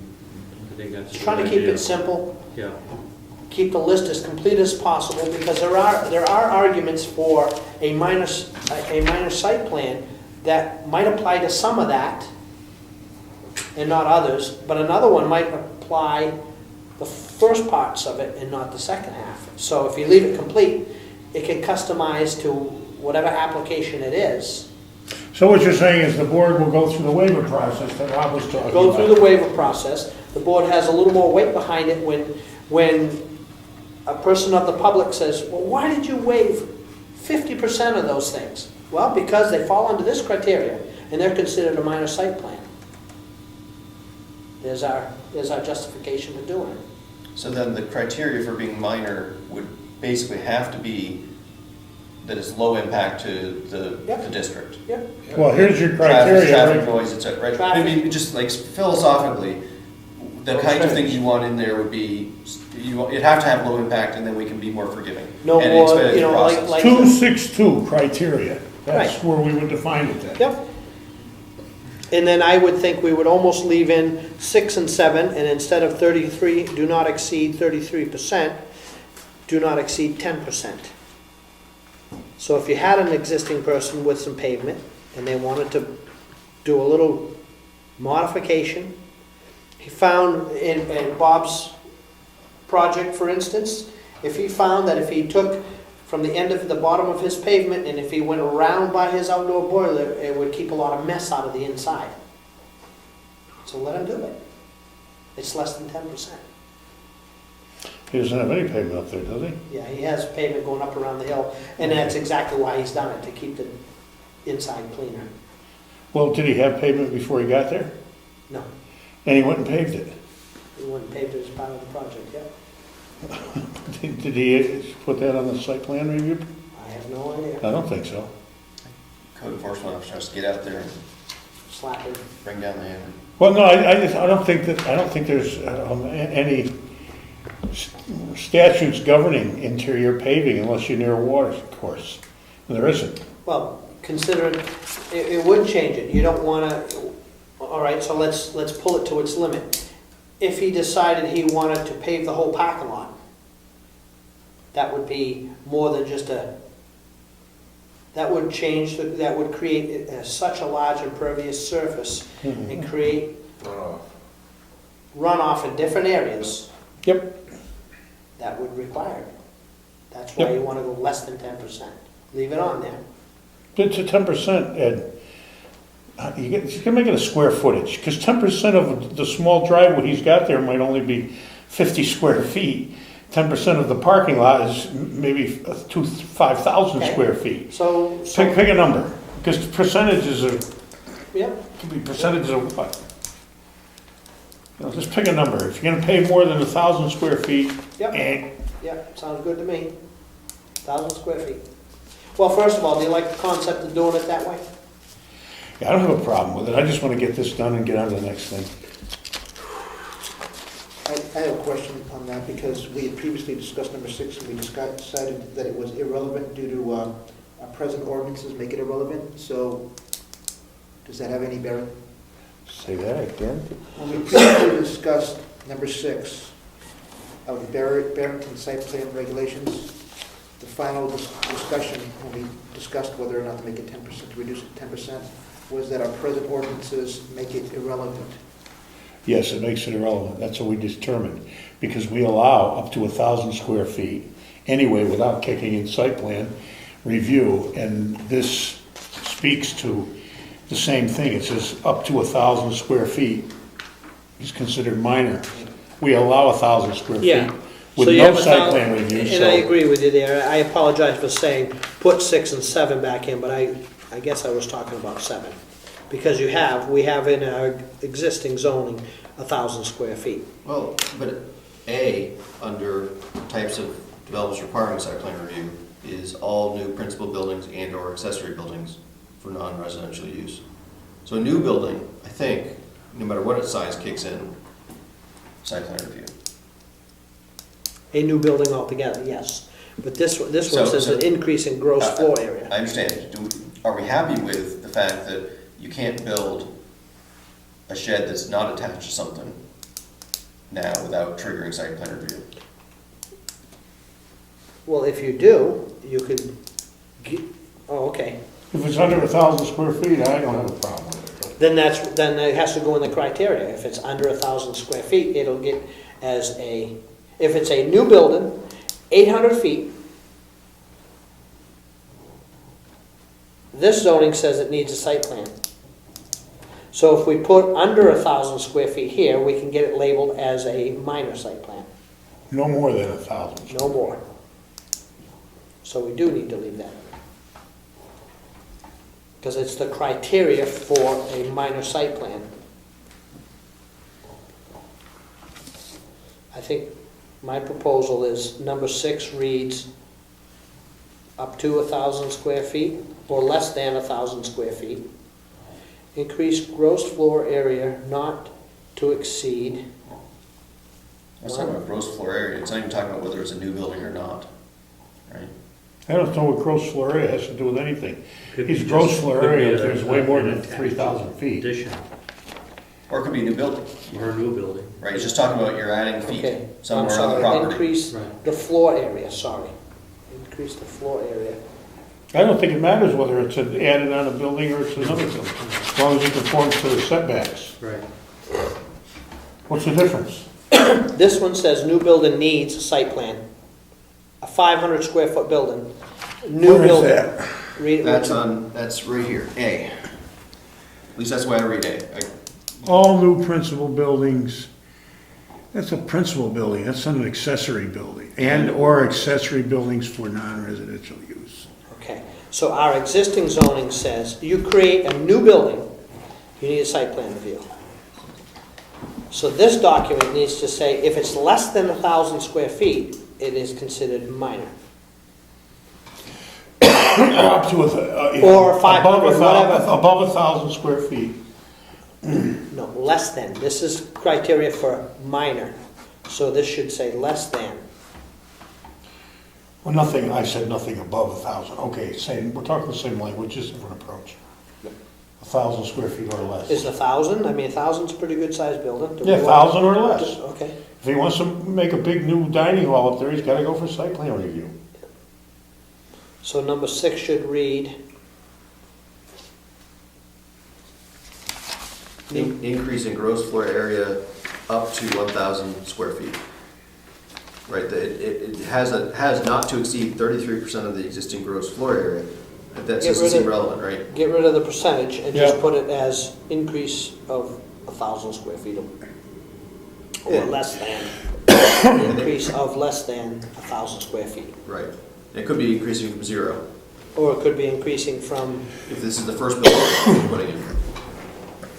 or it could have a 6,000 square foot building, and if he wants to put an 800 square foot addition onto it, it's less than 1,000 square foot. Right. And to get rid of expanded buildings shall not exceed 3,000 square feet. Right. Yeah, Yep, yep, I agree. yep. And then I would put number 7, just to keep things simple like I like to do, get rid of the percentage That's what I and did. put 1,000 square feet of paving. What's wrong with the 2,000? Oh, I'm just trying to keep. That's not much. Oh, I know. 2,000 feet isn't much, it's a All driveway. right, 2,000 square feet. That's why they got it in here, it's a driveway. Yep. Standard, everybody's driveway, it's hardly. Yep. George, you keeping up here? I'm trying. Let me repeat this back and see if we got the same thing.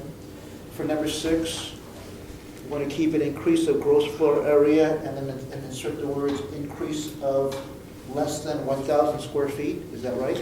Up to 1,000 square feet. So it's the existing wording minus, you just cross out not to exceed 33% of the existing gross floor area, Right, and then cross out the parentheses, expanded building shall not exceed 3,000 square feet. right. And- So it'll read, increase in gross floor area up to 1,000 square feet, period. Okay. All right, Number 7, expansion of pavement. Okay. Wait, I have a question the way that was worded. You're talking an increase of gross floor area. Yes. Up to 1,000 square feet. So if he has a 1,000 square foot building already, You can go to 2,000 Yeah. and be minor. but that would, okay. Yeah, because Because to me, when you say increase the gross square foot area, that includes the existing square foot area. I think you're right, Ed. The increase, I've scribbled all over mine, can I read You want this? to scribble on mine? You're No, I right, promise no, I will not. increase in gross floor area. I don't understand the concern, what you're, He's right, he's right. Because if you have a building that has 1,000 square feet, and you're going to increase and you it want to up- add 800 to it, your gross is going to be 1,800 square feet. So if you say an increase in gross floor area of 1,000 feet, Up to 1,000 square feet, you're putting a limit. you need to get the gross out of it. Yeah. Increase the floor area up to, and minor site plan which meets the following criteria. An increase in floor area of up to 1,000 square feet. 1,000 square feet. Yeah, I think, okay, I'm fine with that. The way I Yes, you parsed, are. the way I parsed You it hear was that the one, George? increase Take was up gross to Right. 1,000 square feet, not increasing to up. Okay, Well, you're it right. doesn't say Yes. the increase, it just says You're the right, gross. you hit it on the head. Okay. George has got it, we're on to number 7. an increase of the floor area of up to 1,000 square feet. Yep, Perfect. Number 7? expansion of pavement. Expansion of existing paved area, wait a minute. Expansion Of pavement. of pavement up to 2,000 square feet. There you go. Thank you, I said it right on it. That's amazing. An expansion of pavement. By up to 2,000 square feet, right? You want to be able to expand it. Expansion of pavement. Well, by would be used in percentages, wouldn't it? Wait a minute, let me No, you think can about say this.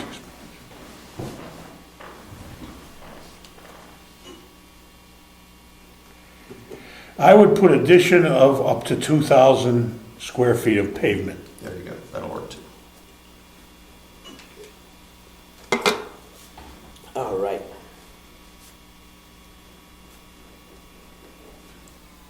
Addition of pavement, Of up to 2,000 square feet of pavement.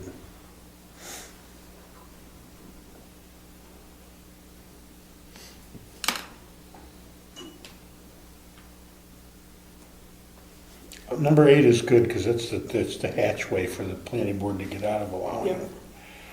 So I think if a I- person meets that criteria, they can be labeled a minor site plan, and all that is doing is giving us The ability to the go. ability to accept a lot of waivers because they simply don't apply. Then we have one list still. Right. Now, the wording on number 8, it talks about require full planning board review. I think that, in our case, that'd be require full site plan review. Yeah, site plan review, yeah. I was gonna say that too. We're gonna have this full planning board review no matter what. Yeah.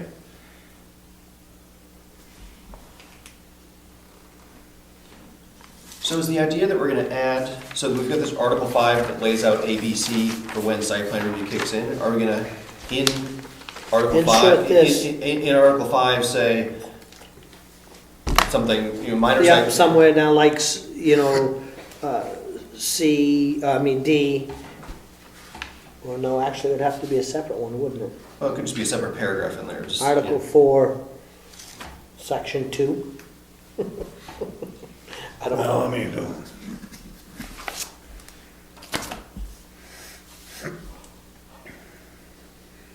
See, and if we've been concentrating on the criteria, but if you look at Barrington's 261, determination of a minor site plan, I like the way that was worded too. where's that? right at the top of the page of Barrington. Page 261. two, second page of this.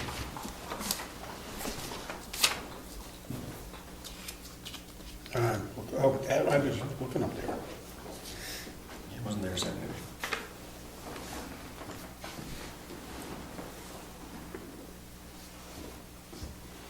However, at the discretion of the planning board, any applicant may be required to submit the application for a full site plan review if conditions warrant. More evidence for us to accept waivers. But the application's gonna be the same in either case, right? Right.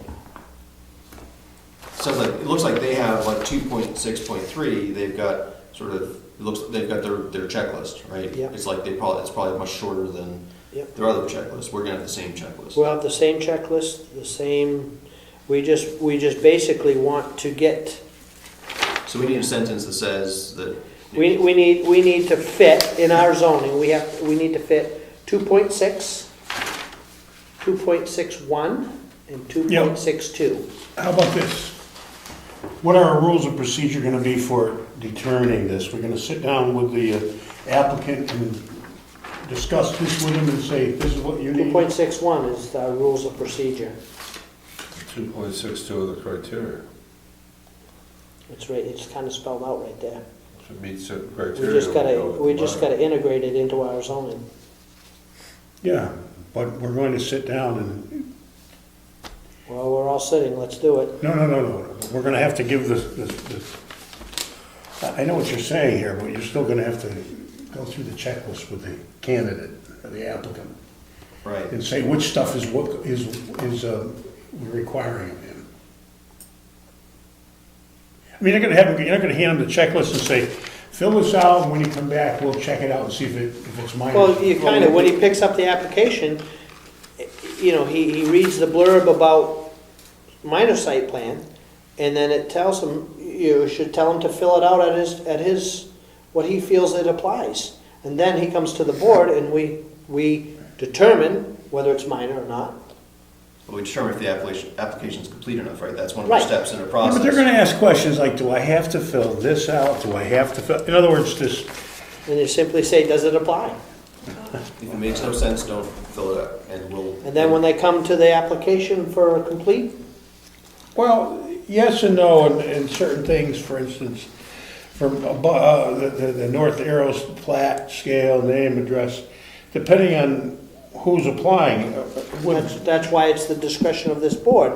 So, I understand that, but having the guy go out and, oh, I'm taking it, he should be able to come to the board and say, do I have to do this? Instead of having him go out and pay the surveyor $4,000. but you didn't let me finish All either, right, because go if he comes here and says, do I have to do number whatever that is? What are you gonna say? Well, have you done a site plan yet? Yeah, I have. Do you have that information? Then no, you don't have to do it again. Or you may say that what you're doing is really so minor that we don't even need a plat. Correct. That's right.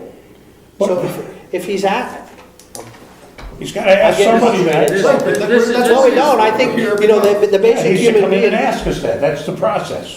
Or if he wants to, he can come in with his application filled out, not Preliminary. having a plat. Preliminary. And we go and decide whether it's complete, and if it's not, then he's asked. Here's my point, okay? We're all talking about this. My point is, we should include in this somewhere that a preliminary review in some way for the guy that, instead of having him go out there and fill this out, he can sit down with a preliminary review with the board and say, this is what my thing is going to be. I believe we have preliminary Yeah, review in our it's process. Article 6B, right there. Where is it? We'll throw that out. So a person, the scenario is, a person calls, Okay. wants to Preliminary get on the consultation agenda. review does not bind the applicant or the board, okay, that's what we're gonna have to, I think we should refer to that with this, Preliminary review. would be maybe where not, you I guess determine not, I don't, guess not. Site plan or minor. Well, in my hypothetical situation, if a person calls here to do a project, And if he's got the zoning and he reads and he thinks he might be a minor site plan, he's gonna say, what do I need to do? Come for a preliminary review. Bring everything you have and come for a preliminary. Tell us So what we're you're gonna gonna find do. out if he's had a site plan, we're gonna find out if he's got a plot from just having it surveyed that might apply. And then we can say, okay, based on the information you've given us, you need this, and this, or you don't need that, and that. Okay, Seems pretty straightforward to me. Mr. Chairman, yeah. I just want to also clarify something. Did I hear somebody say zoning, that this would be incorporated in the zoning? Did I hear that? Or was it misspoken and we want to incorporate it in the site plan review? I just want to make sure. Site plan review. That was me, I believe, and yeah, We're not going into zoning. I'm very good at with this. misspeaking, so No, Just wanna make let's sure. go into the site plan keep a good eye on review. me. We Touche, have to wait till March. touche, I won't blame you for that number 11. Okay. With the changes we've done to this, that George has, Mr. Chairman, can I float an idea to try out one? Sure. Okay, so we've got Article 5 that has the A, B, and C for when site plan review kicks in. I'm thinking maybe after C, we start a new paragraph, and we start with the text that's in 2.6, their introductory paragraph from where Barrington, wherever this is from. And so it says, so after C, any change in use, blah, blah, blah, it would start a new paragraph, say, where applicable, the planning board will attempt to expedite requests for site plan applications by means of an expedited minor site plan review process. In order to qualify as a minor site plan, an application for development must comply with the criteria below. And then we put in our 8 criteria as a list. And we've introduced the concept that we want to expedite it.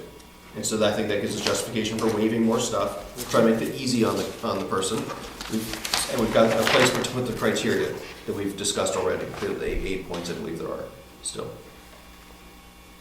What I haven't figured out is where to put the stuff from 2.6.1, but maybe, I'm not even sure that, I'm not even positive that's necessary, but we don't have a designee that's gonna make the decision. The whole planning board is gonna do that, right? well, why don't we do this in a form of a motion, okay? And get the language right. Well, does this? I like that idea. I like putting it right there, yeah, because then it's already here in Article 5. Right. Which Okay. is, where else would you want to put it anyway? It says types of development required for site plan review. That's the heading of the paragraph. Right. And procedure for site plan review is directly underneath. Okay, so,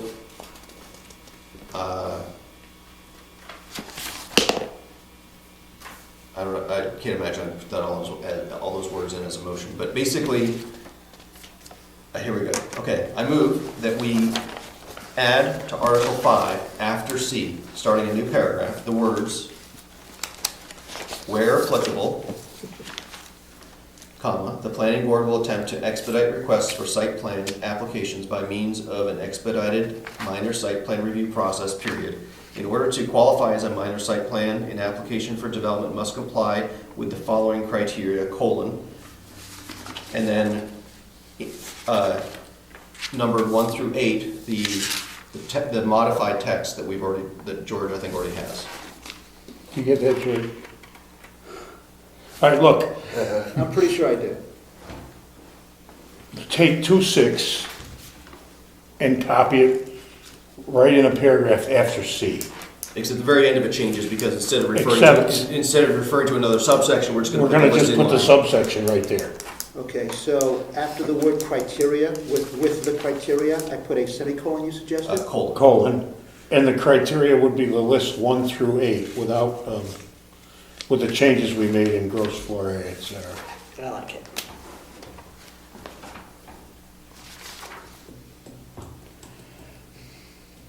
Do I also include the words minor site plan review? Do I include that, or just put the number 1 through 8? I would just put the number 1 through 8. Thank you.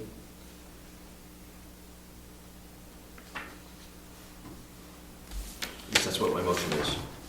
I'll second that. Any other discussion? We had a motion one more time? Read the motion again? Yes. The motion is, Rob Collins made a motion in Article 5C of present site plan review regulations, It's after C, after C. not part of C, after C. Yes, after C. That we add 2.6 of the Town of Barrington Site Plan Review Regulations in the form of, That won't be in there, right? yes, only in the form of, where applicable, the planning board will attempt to expedite requests for site plan applications by means of an expedited minor site plan review process, period, in order to qualify as a minor site plan. An application for development must comply with the criteria, colon. And then after that, the 1 through 8 of criteria, again, criteria 2.62 will not be added in there, nor the words minor site, but the numbers, and Yep. everything that's included in there will be added after that. Right, And we have a second of Ed Mason. excellent. I don't think we need 263 anyway. No, that gets into our list. I have a bit of discussion. Excuse me? I have a bit of discussion on this, Yeah. even though we have a second, so it's discussion time. Can we actually make a motion to insert this into our thing now, since this is the first night we've discussed this? We can, but we can't actually change the rule. I mean, Okay. we can have the motion and we get the, basically, we're talking about a working, I think we're talking about the motion is we'll create a working copy. George will make the change, he'll distribute it, we'll look at it, we'll sleep We'll on vote it. it in. And then after Not the this trip. 10 days or whatever. Because we I didn't can- hear anything about working document, No, I just want to no, be the motion was to insert this in, inserted in, yeah. yeah. Well, yeah, but we're still gonna get that to look at, hard copy. Okay, Our- you know, I will amend, if the chair will let me, I'll amend the motion. Amend the motion. To make it clear that the motion is to create a working document consideration. for consideration as a change to the rules of procedure. Yeah. Super clear, I'm happy. And I'll to still keep it. second it. I'm sorry, I just want to correct that. I don't think you want to change the rules of procedure, you want to change the site plan review regulations, I believe. You're right, you're right, thank you. Actually, we can change that right now, because it's not part of the rules of procedure. All right. Are you sure? I'm not sure. Why don't we, Yeah, we already did, we already why tore a page out. don't we get it in a hard copy? Why don't we get it in a hard copy and vote it in? Yeah. I'm happy to make it a working document, even if it's not the rules of procedure. So, Let's do that. as a working document which of the site plan review regulations. Any other discussion? Read it back again now, George. Okay, Rob Collins made a motion to create a working document for inclusion in the site plan review, which includes the following. Article 5, excuse me, yeah, of the site plan review, Article 5, after C, to add the following words: where applicable, the planning board will attempt to expedite requests for site plan applications by means of an expedited minor site plan review process, period. In order to qualify as a minor site plan, an application for development must comply with the criteria, colon. 1, the purpose of the plan is, and you'll find these 1 through 8 after 2.62 of the criteria. But one, we've already made changes to those 1 through 8 previously. So you include- right? you want to Yeah, include I want to include the ones that we had modified for our purposes. 6 and 7. Just to be clear, any of those changes. And 8, actually.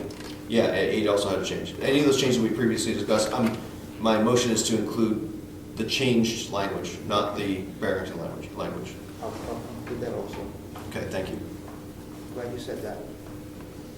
Call the vote quick before we forget what it said. All in favor? Aye. Opposed? Abstentions? Motion carries. George, it's all yours. So this is a working document. George will work it up, and we'll take a look at it Next week and vote. and decide whether we like it or not. Okay? Yep, good. Excellent. So, now that we've defined, assuming that this makes it in, what a minor site plan review is, we really haven't said what that impact that had. We've sort of talked about that we're gonna be more lenient. We wanna expedite, we put in the words that we wanna expedite the process, but we really haven't said, in terms of Article 6, the procedure, how that, if that changes it. So I'm not sure, I don't have any proposal for what to put in there, but we haven't really said what the, in the paper, on paper, what the impact is, other than we expedite the process. Well, every circumstance will be different. Right. So we're gonna make that arbitrary decision based on circumstance. And when Bob comes in here with his proposal, which he really hasn't given us yet, I mean, give us some of it, we're going to say, this is I think you what, went through the preliminary discussion. this is what you don't have to do, and this is what you do have to do. And we'll take all your existing plots and all that business and, Which will work out good, I think. I feel good about it because in his case, because at this moment, it's the only one we have, we know what he has because it's on file. So when he Yeah. comes, we can pull it out and we can be ready to tell him. Based on what we have on file, this is what you need. Boom, done. well, we're just gonna go from the list and say, do this, don't do that, and he'll create it. We're not gonna create it for him, it's not our job. I'd say create, I just said we could look at what he has already. To compare, you mean? No, never mind. Okay, I don't know. He's just gonna go pull his maps out of his files and make copies, so. Then we'll get them. But this works for anybody. This is good. I like it. It's good. Okay, we did that. We're done with that. That was fast. Put it away. Let me get the agenda out again. Go here. Still 9 things left on the agenda for tonight. Yeah, it's only 8:40. Yeah. Not bad. Not bad. Discussion of FEMA's changes to the floodplain Oh, map. we're Okay. gonna- Are we gonna do B of new business? B, oh, discussion, yes, we'll do B. Farm stands in their proximity to the road, let's do B. How do board members feel about farm stands? Love them. I'm a farmer, I have a farm, so in a sense, I really should kind of, I can't really, I'm not Well, I gonna think recuse you myself. can't, because we're all that way. No, Well, I'll have to having recuse your own ourselves. farm stand would give you the opportunity to express the way you would like to see it. I have one on wheels, so it doesn't That's matter. fine. Well, okay, so what's the issue? I asked Why Gary are we to bring talking this about up because there had been some discussion about this several months ago. And when I approached some other people in town in their capacity as town people, it was, oh yeah, it's exempt from the zoning. I mean, how, you can't have a farm stand 50 feet off the road. And I thought, well, that is a good point. It's not very effective to have a farm stand 50 feet off the road.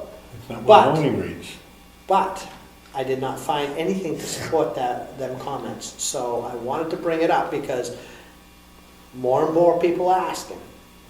And me being the code officer and people out calling me and asking me, I don't have answers. So people are asking you for building permits Well, to put something on the, yeah, inside they the wanted, setbacks? they haven't asked me for a building permit, but they just said, how does that apply, how do farm stands fit into that? How close to the road can I put my farm stand? So, Keep it on the other side of the white line. So what are the setbacks? right 50 now, feet. it's 50 feet from the edge of the travelway. Andy Tapper will shoot us in the head. The town made him move his sap house back. But anyway, Yeah. I'm thinking, I don't know how everybody else feels, I pretty much know how most of the towns feel, that farm stands are not a eyesore if size is controlled. I mean, you don't want an agway. Does the state RSA say anything about placement of farm stands? I Yeah, think that's what brings it up, because I think you'll find the RSA says next to the road or something like that. Here's what I find about it. I'm reading from 2134A, Roman numeral 3.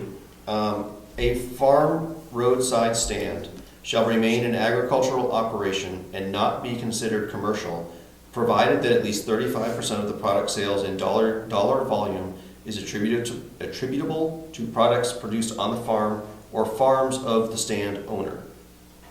That's it. Roadside. It says a farm roadside stand. That sounds So- closer than 50 feet. I guess that's the point, and that's what's But, coming up here. but at the same time, you had the example that you've got a stand on wheels. When I put my roadside stand is a cooler with some eggs in it when it's out Right. there, right? We want Or- to talk to you about that. Your cooler doesn't have wheels. It does have wheels. Is it on a You foundation? can put wheels on it. It has wheels. You got a permit for it. No, but at the same time, I sort of understand that if somebody wanted to build a store 10 feet off the road, a permanent building within those setbacks, I can see that might, I understand why you're bringing it up. It's a lot, and it's, I suspect personally that it's gonna become even more of an issue as time goes on. How about size limitation? You know, that has a lot to do with it.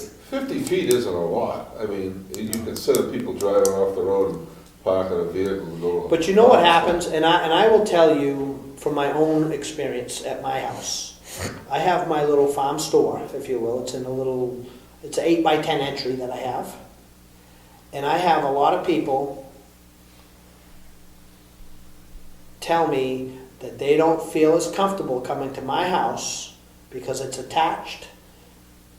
And it would be so much nicer if I had a farm stand next to the road, like a lot of other people. So it has a Right. disconnect. And for your operation, you would need refrigeration, you've got a cool, not like a little cooler that has eggs, you've got gallons of milk and yogurt and all this other stuff. I mean, A refrigerator and a freezer. Yeah. Yeah. You need like actual infrastructure, Yeah. not just Which, a you place know, to pile some zucchini, right? Well, why can't, yeah. I mean, I certainly could put it on wheels I said we too. can So. limit it. You can I'm put a just size wondering. limitation on this that would allow enough room for that kind of thing. But, I mean, the only thing that I would think would generate opposition is if someone were to say, I want a 2,000 square foot farm stand. You know, I mean, people are gonna get crazy over that. I mean, you could Isn't do like. Isn't that like a grocery store? Or 1,000 foot, but even that, you know, 1,000 feet. But 35% of it has to, of the product sales have to be from your farm, right? So you have to have a pretty big. Well, does it mean it has to be grown there or just produced there? It says, Isn't a farm stand a shelter, Does set of anybody shelves or remember something? Maynard's? I mean, what if somebody's making, I mean, your wife makes Yeah. jellies and jams? Or what, I mean, and then you start splitting hairs and stuff. Well, here's an example. Here's another example You're of producing one it that I've every time you seen. grow the berries here. Oh. I also have a friend in Ossipee. His is, you know, is way off the house. I mean, off the road. It's not attached. I think it's like 10 by 12. Has a little mini. It almost looks like a playhouse because it has a little farmer's porch. 2 or 3 steps you go up and you just turn into it, and it's just a little room, and it's got, I don't know, two freezers and a refrigerator or something like that, and then shelves everywhere for his produce. And I thought, oh, that's cool. But I don't know what, you know, I agree there has to be a size limit, if that would be, I mean, if it's within the setbacks. if it's within that 50 foot. So what would you think about, I mean, there's a process for getting around zoning, and that's to get a variance from the ZBA. That's true. Is that Do we wanna send- is that onerous for the? Yeah, it is. I think so, because Zoning board. I think this is, and the reason I'm bringing this up is because I think in the near future, there's gonna be a lot of people coming to me going, I wanna put a building, I don't want a card table, I wanna put something out there that I don't have to go cover every time it's gonna rain, I don't have to worry about the wind blowing it off. I wanna put something next to my road, or at the end of my driveway, but close, you know, so you've gotta turn in the driveway, but closer than the 50 feet.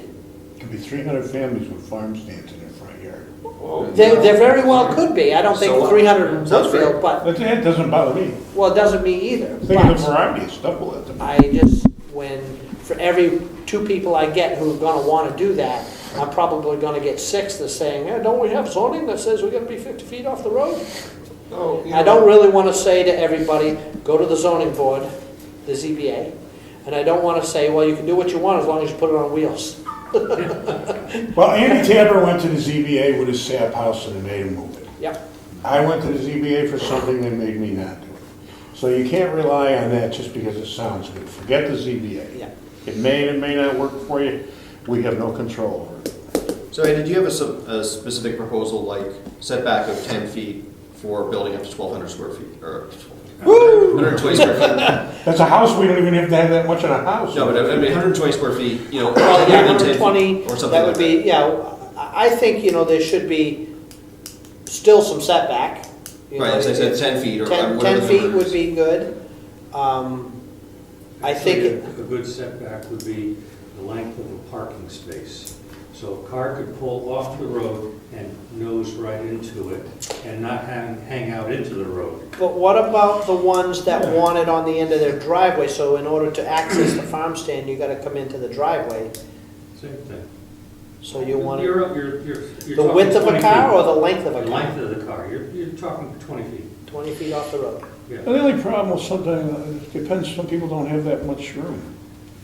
They- What are we saying, Be a farm stand is creative there? then. What's the I like, definition? I don't mind you- 10 you- feet as long as the vehicular traffic doesn't interfere with, or parking doesn't interfere with. Well, vehicles. the rules of the road are you can't park on the side of the road on the white line, actually.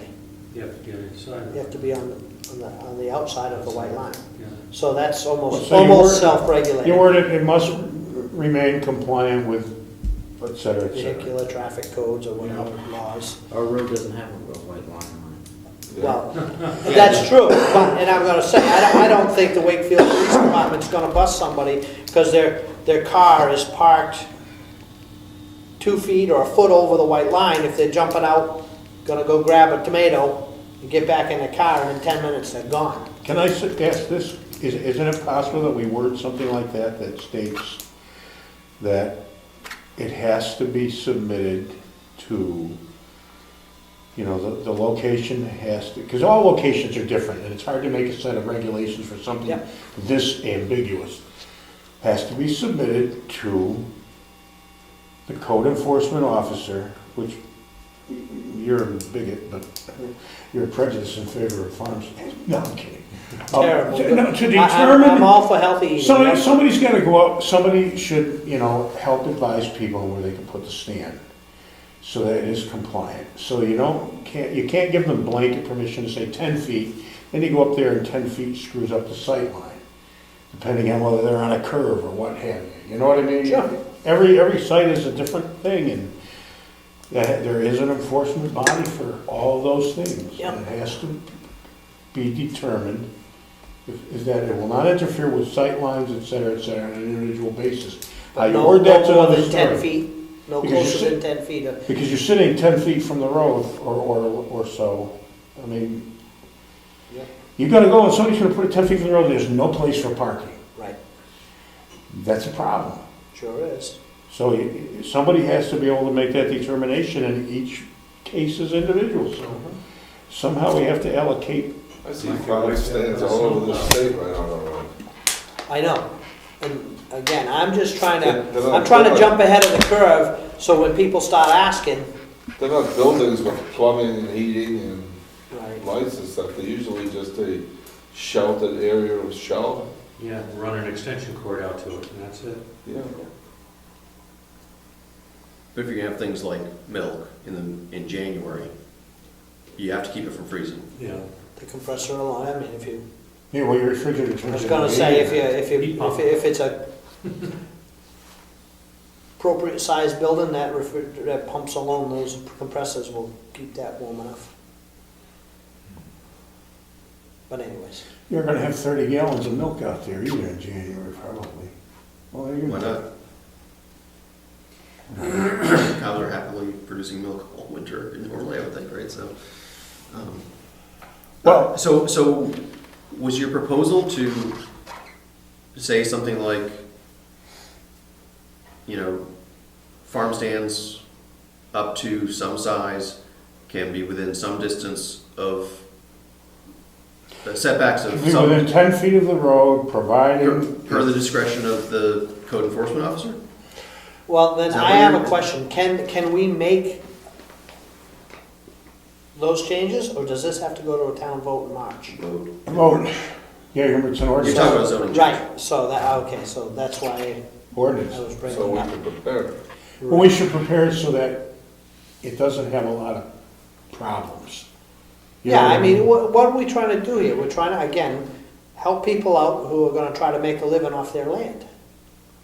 Yeah, but as long as there's no built-in problems that can make everybody crusade. Yeah, you can't have a Because there bad are crusaders. kitchenette in it.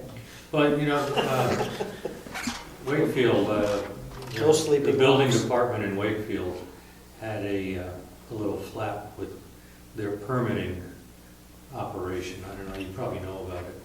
there was a complaint that they were you had to get a permit for everything, including a doghouse. Mhm. So they ended up by they eased up their restrictions on permits. So they set a larger footprint for a building, an outbuilding. I think it's 8 by 10 or 8 by 12. You don't need a permit to put up a building that size. This could be part of the criteria through the building department. You know, if you want to have a farm stand, it could be Up 10 to a feet certain size. by, over that, you could do it over that size. You need a permit under that size. You just need to, put it up, and we'll see where you want to put it. But even if it's small enough, you don't need a permit, don't you? Is there some minimum size? Is there? We don't go by size because we don't want people putting sheds too close to the boundary line. Right. Even if we had a minimum size for a building permit, you'd still need to honor setbacks. So what if you tell people you can have blanket? You want a farm stand, 10 by 12, 120 feet, that's the limit, 10 feet from the property line. And Yeah, just nobody- do maximums, maximum size, And you're and maximum. closest you can to the road. And you get there and it's a problem, because there's no parking and people are gonna be parked out in the traffic lane. And what are you gonna tell this person? We gave you permission, but now you're screwed, you gotta get rid of it?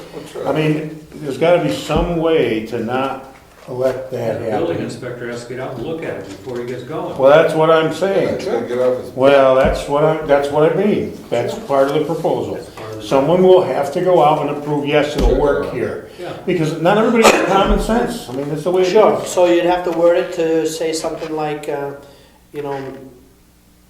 maximum size, minimum space from the road, Yeah, with safety approval from the building inspector or whoever. yeah, and that's what it should be. The code enforcement officer, or whoever it is, Yeah. has to go out there and say, yep, this works. And code enforcement officer has a sufficient acumen to determine that it's not or is a traffic problem, because that's the big concern.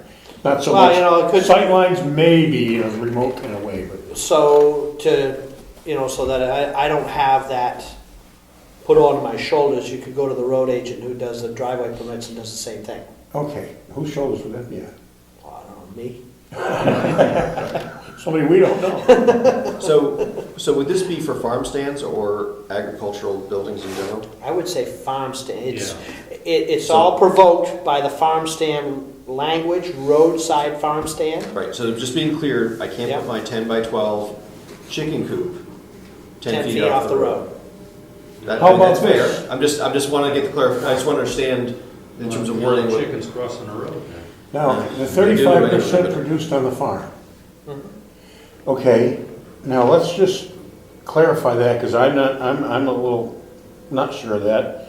That 35% of the product, or does it have to be actually 35% of what's actually grown on the farm? Provided that at least 35% of the product sales in dollar volume is attributable to products produced on the farm or farms or farms of the stand owner. Of the stand owner. So if So if I had a farm across town, right, or if I had a farm in Wolfboro, right. but that almost helps regulate the size. Let me ask you this, what if you sell a few ears of corn and you buy 10,000 pounds of cherries and make 10,000 jars of That's cherry not a jelly? farm stand. That's not 35% of the dollar value produced on the farm. You're producing it on the farm, you're making the jelly on the farm. Okay, well, yeah. Well, But you bought the no, cherry Yeah. someplace else, But- but it's a whole load of different things. No, Gary, that jam is not, just because you produce that stuff on the farm doesn't mean it falls under Well, agriculture. I think Right. I can explain it. You- Falls on the homestead. Yeah, I it's think not, I can it's, explain it. there's nothing in farming and agriculture that says that you can buy cherries and turn them into jelly. There's And- nothing that says you can, it says I it's believe, produced on the I think farm. you'll find that, No. but based on the dollar value, what it's gonna say is, if you spend $1,000 on cherries, and you value add by making it into jam, and you produce $3,000, $2,000 of those cherry sales are produced off that farm. That's, I believe, why that's in there. No, so. So that means that you can- Manufacturing jam just to be clear on what you're talking about, is not agriculture, right? There's Sure is. There's 11. We already got a disagreement. So, well, maybe you're right. So there's 11, a list of 11 things here that are the It sort doesn't of say the. grown on the farm, it says produced. It's produced, doesn't say grown. So the words agriculture and farming mean all operations of farm, including, and here's the list of what it includes: the cultivation, conservation, and tillage of soil, not buying cherries. Yeah. The storage and use of and spreading of commercial fertilizer, lime, wood ash, etc. That's not buying cherries. The use and application of agricultural chemicals. The raising and sale of livestock, which will include, but not limited to, a long list of things. Number 5, the breeding, boarding, raising, training, riding, instruction, and selling of equines. Nothing to do with cherries. 6, the commercial raising, harvesting, and sale of freshwater fish. 7, the raising, breeding, and sale of poultry or game birds. 8, the raising of bees. 9, the raising, breeding, and sale of domesticated strains of fur-bearing animals. 10, the production of greenhouse crops. 11, the production, cultivation, growing, harvesting, sale of any agricultural, floricultural, blah, blah, blah. Again, it's growing stuff. Wait, read that Well, out. yeah, slow it down and read it again. Okay, 11, the production, Yeah. cultivation, growing, harvesting, and sale of any agricultural, floricultural, viticultural, forestry, or horticultural crops, including but not limited to berries, herbs, honey, maple syrup, fruit, vegetables, tree fruit, grapes, flowers, seeds, grasses, nursery stock, sod, trees, and tree products. Christmas trees grown as part of a commercial Christmas tree operation, trees grown for short rotation tree fiber, compost, or any other plant that can be legally grown and harvested extensively for profit May I ask you a or question? subsistence. Was maple syrup included in there? Maple syrup is in there, but it's, Does it have to be taken out of the trees on your It's- property, or it's- can you get it from the trees on somebody else's property? it's the production, cultivation, growing, harvesting, and Production. sale of any of those things. So So the production of jam. Production, growing, I'm telling you, Production, yeah. there are arguments, legal arguments about this. Yeah. That's my point. Anyway, I gotta say, we all need, I know. so we have to vote to continue this meeting past 9 o'clock, so are we gonna do that? We're on the subject? I move that we continue forward with the meeting tonight. I second that. I rarely do that, but I will, because I like to get through this topic anyway. What was the motion? To not adjourn. Oh, Few minutes. Let's put a time limit on it. Can we do that? Let's go through with this motion. We're not even halfway down our agenda. I don't know. Well, we don't have to finish everything, but we're gonna get to, a couple of these things are very short. Okay. Are we gonna bail on this one? First of all, you gotta call a vote. Yes. I seconded it. Any other discussion? No. All in favor? Aye. Aye. Aye. I get opposed. Any opposed? We continue short for a period of time. We don't do this too often. We can afford it. That's what we're here for. I think the rules of procedure Actually actually. opposed, win that one? I think the rules of procedure say we can't take up any new business after 9 o'clock. Doesn't say I was anything gonna, about- I doesn't was say anything gonna about- say, Doesn't say Well, anything about old business. Well, we're on discussion of farm stands and their proximity to the road. Anyway, we don't have to resolve this tonight. We've all talked about I it. can propose some stuff for the next meeting. Why don't we, yeah, let's. Size, limits. I think it would be helpful to have something concrete to comment on and tear Yep. apart and Tear vote for. apart. Why don't you do that, Ed, because it's your baby. Put something together and we'll go into it next meeting. We won't waste the whole, we'll have to stay till midnight, that's for sure. Okay, I'll Done. do that, next item. Okay, let's do old business. Or we don't have to do number A because Moose Mountain's not here tonight and we're under no duress to get that done tonight. Mr. Chairman, I'm curious about it being referenced as CUP, because this is. Conventional use permit, I Right. don't know why that is. It's. Okay, Conditional use permit. Yeah, because it's a permitted use. it's a permitted So use, so it's- it should be a pup instead of a cup. Okay, I just wanted to make sure that we're on the same page. Yeah. Okay, thank you. Okay. Got that, George? Pup. Okay. Discussion of FEMA's changes to the floodplain map. Okay, real quick. We can get through this in a matter of a few minutes here. Let me give it to you. We got a new letter. Yeah, we already did this last week. We had the lined items and the highlighted items. You remember that? Yep. Okay. That's something we can vote on tonight because we've all had this since last month. However, there's a little tiny glitch in the works, and that came from Jennifer Gilbert, who is Chris, what's his last name again? Northrop. Northrop's underling there, whatever, with a slight change to one of the sentences in this that FEMA has just come up with, which I don't think requires us to put this to bed for another month. I think we can still vote on it, and let me tell you what that is. If you get out your paperwork with the lined items on it, it's very minor. It's the latest and the greatest from FEMA. Okay. Does everybody have their stuff yet? No, I was not here last meeting. All right. No, this has been going on since Tom Welton. This has been a long time. Here it is. Take a look.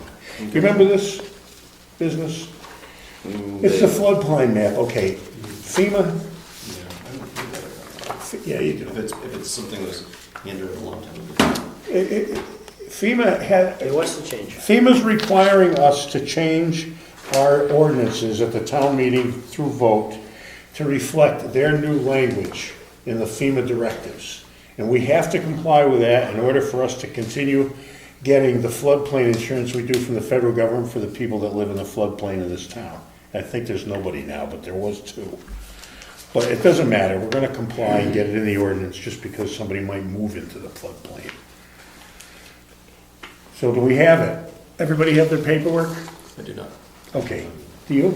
Just read it. Yeah. All right, I'll tell you what it is. Yeah. It refers to number 3. See page 1/3 paragraph, and it says, "The regulations in this ordinance shall apply to all lands designated as special flood hazard areas by the Federal Emergency Management Agency in its flood insurance rate maps, FIRM in parentheses, for the town of Brookfield, New Hampshire, dated 5/17/1977, or as amended, which are declared to be part of this ordinance and are hereby incorporated by reference." That's the paragraph. They want us to add this blurb in between the New Hampshire dated 5/17/77 and the or as amended, and that is as dated New Hampshire 5/17/77, comma, March 19th, comma, 2013, comma, together with the associated flood insurance rate maps dated March 19th, 2013.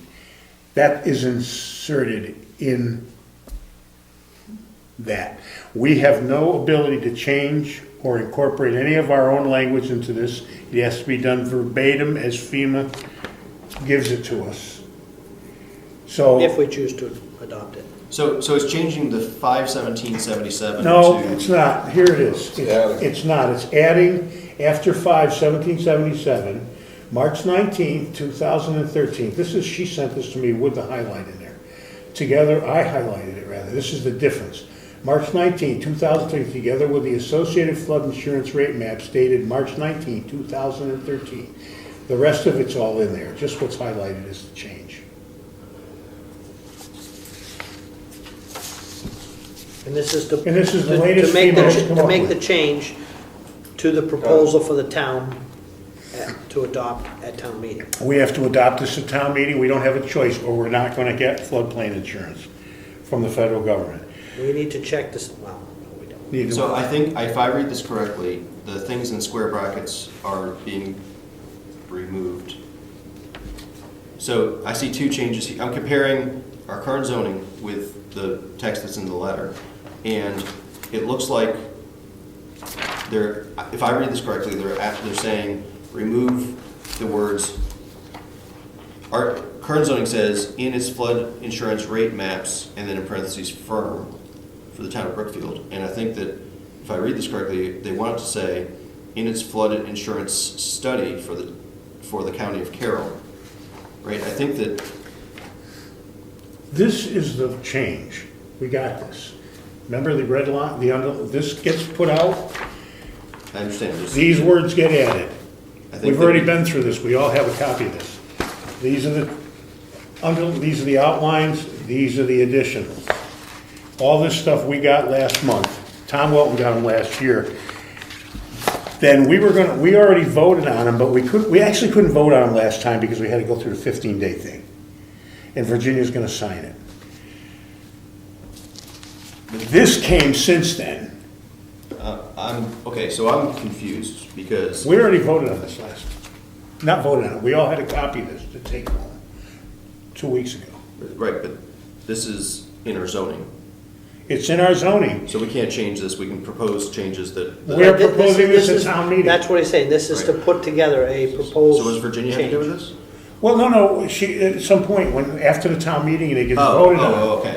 she signs it, she doesn't have anything to do with Yes. it now. Right, okay, I was confused. We are going to set this up as a change to our zoning at the town meeting.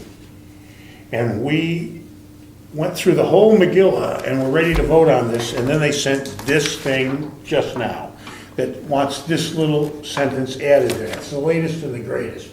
I hope they don't send any more stuff. Well, Well, nothing, we shut it nothing down. says it's gonna pass the town meeting anyways. Well, it will, because we're gonna recommend that it get passed, because the two people that live underwater down there won't get the federal government flood insurance, and no private insurer will insure them. So, we don't wanna do that to them. Theoretically. I mean, I don't really know who they are, and how So far we underwater they are. recommend it, let the town know. We don't wanna put anybody in an inconvenient position because of our procrastination, that's all I'm saying. So, we need to do this. We already have had it, we've digested it, does everybody remember it? Yeah, oh, yeah. I don't have a problem with that change for the warrant article. We can vote on it, I don't think this is a thing we have to have a public hearing on. Is this a thing we have to have a public hearing on, George? If it goes in the zoning ordinance, We have to have a public hearing. yes, but I would. We can couple this with something else. Well, I would suggest we couple it with the other changes that were already. More of a multi-issue Multi-public hearing. public hearing. Yep. Let's do it, okay. So we can leave this on the table for now. Well, I will make a motion that we accept their change Yeah. to the proposal of the warrant article.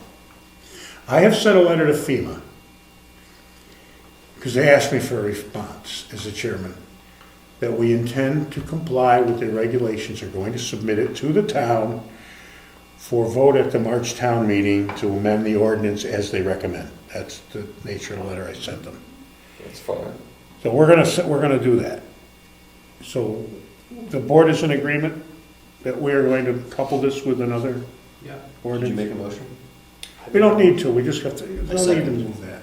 You make a motion? I did. I made a motion that we accept their Okay, latest change to the proposal Okay. for the warrant article for town meeting. you second it? Second. All in favor? All right. Aye. Opposed? No, it's done. All right, George, this goes in the file. This is the change the lady just gave us, and this is the original existing documentation we have to alter. I'm gonna give that to you. Thank you. I don't ever wanna see it again. Okay, where'd the agenda go? Let's get, Here's a copy right here if you, that's my, it's my copy, but you can look at it. okay, discussion of New Hampshire Association of Regional Planning Commission's legislative policy document. I'll speak to that. Go ahead, speak to it. Can I interrupt for just a moment? I'm sorry, I apologize to do this. I just want to go back to this. Yep. Has the board decided that we are now preparing for a public hearing? Has that been decided just now? I just want to make sure that I understand that one way or the I other. think we still have some time before we have to start doing the first public hearing on some of these things. But that'll be added to the list of things that need a public All hearing. right. Should I incorporate this as part of a working document for next month? I think so, I think, It's all ready to be. It already is a working document, George. Okay, We did that last time. And I just okay. proposed, adding. That we add this to that. Thank you. Right. Thank you. at some point we'll need to make available to the public what the proposed changes are, right? So we'll need some sort of red line version of the zoning ordinance. Next month, I think, or actually, is it after Christmas, we work on When we notice the public hearing, we'll have to have materials here Yeah, available so people can see it. that thing right there. Right, but on the warrant article, it's not gonna have the red line thing, it's gonna be like, should we, Yeah, it'll be should we do retyped. the FEMA, Right. should we do the FEMA thing? Yeah. Right, it'll be the short blurb that people will, that's Okay. what we'll notice in the public hearing. Go. Okay.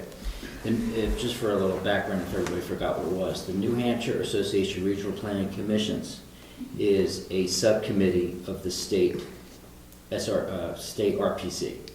And they get together and they determine what legislation is going to come up, what they're going to oppose, what they're going to support. That's what they came up with. On November 8th, they were supposed to have us get together down at Rochester to make a decision on each one, if we're going to oppose or discuss all that list of items that I've given you on that document. Well, after a long discussion that we had here and around in the Regional Planning Commission room, they came up with they're going to table the whole thing and not discuss it until February. So that never got brought up. Really? Yes. Yeah, right before the town meetings. Not gonna discuss it till it's too late. Now, also on November 8th, which you were all invited to, they also were supposed to discuss, they were supposed to discuss the New Hampshire Association of Regional Planning Commission's policy document, and they were all supposed to discuss the Granite State Future Agreement. We were given a presentation of the Granite State Future. Many people from the public showed up. I believe 2 people showed up in opposition, showed up in support, and about 8 to 12 people showed up in opposition.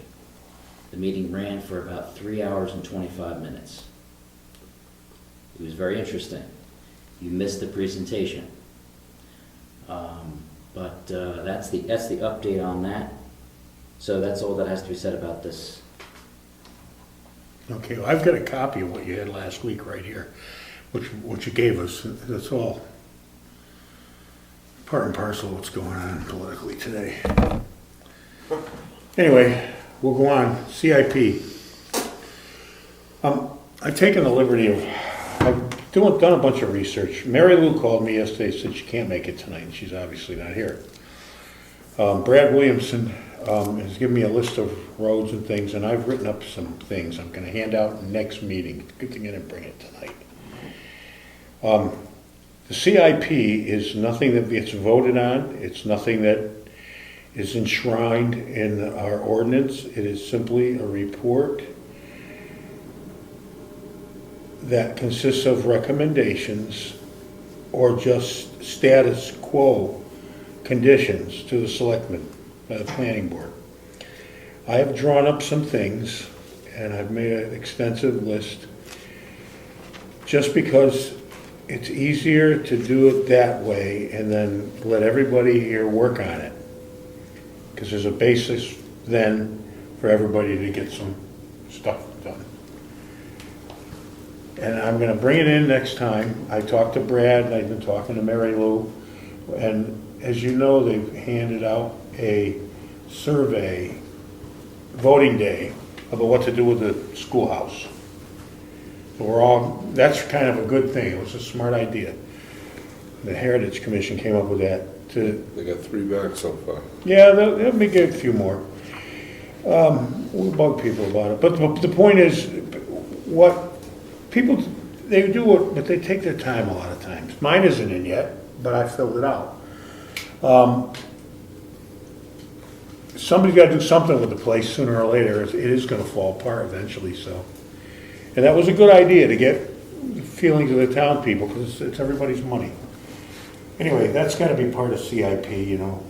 So, but anyway, I've done some work, and I'll bring it in. It's too late. It's 9:30 at night. There's no time to be starting that up. But I'll bring it in. Everybody can look at it and hash it around and do what they will with it. I mean, it's just a place to start working from. It's got a lot of data in it, a lot of information. You know, ground zero, basis. That's it. So nothing more to be said about that. Eddie, what did you do with that survey? You were, That's what he's talking about. I handed them out. so he has it or Mary Lou? Which one? Well, no, The I Heritage handed Commission. it out all day long on voting day. All right.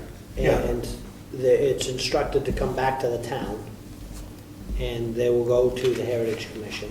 Yeah. And then I'll have an idea what the people want. Yep. Who wants to spend what money on what I and think why. I handed out It's the only way to really make a 250 of them. decision on that. quite a few. Majority rules. Gonna piss somebody off with something anyway. Okay, enough about CIP. Town ordinances for home-based business. Has anybody got the intestinal fortitude to deal with that Nope. tonight? I don't. Do you, Rob? I have a lot of intestinal fortitude. I knew you were gonna say that. I'm ready to go on if everyone else wants to, but I also understand that it's late, so. I'm not a morning person, so I'm used to working into And the I'm a day. morning person. I'm a night and morning person. I go to bed at midnight, get up at 4:35, that stupid cat gets me up. I'm an early morning person. Well, okay, then let's bag it for this evening. We're calling it a night. Meeting is adjourned. That was members' comments. Yeah, Member comments, I'm sorry. No, Okay, I beg we your just, pardon. we just had them.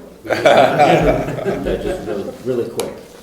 Did we or did we not receive a response back from the SRPC at all about our request? Nothing. I want to officially get an answer to what's going to be done. It cannot be left to oblivion. It has to be answered. Oh, in November 8th, over and over and over again, the SRPC executive director stated that they are advisory. They are there to help the towns, help the municipalities, etc.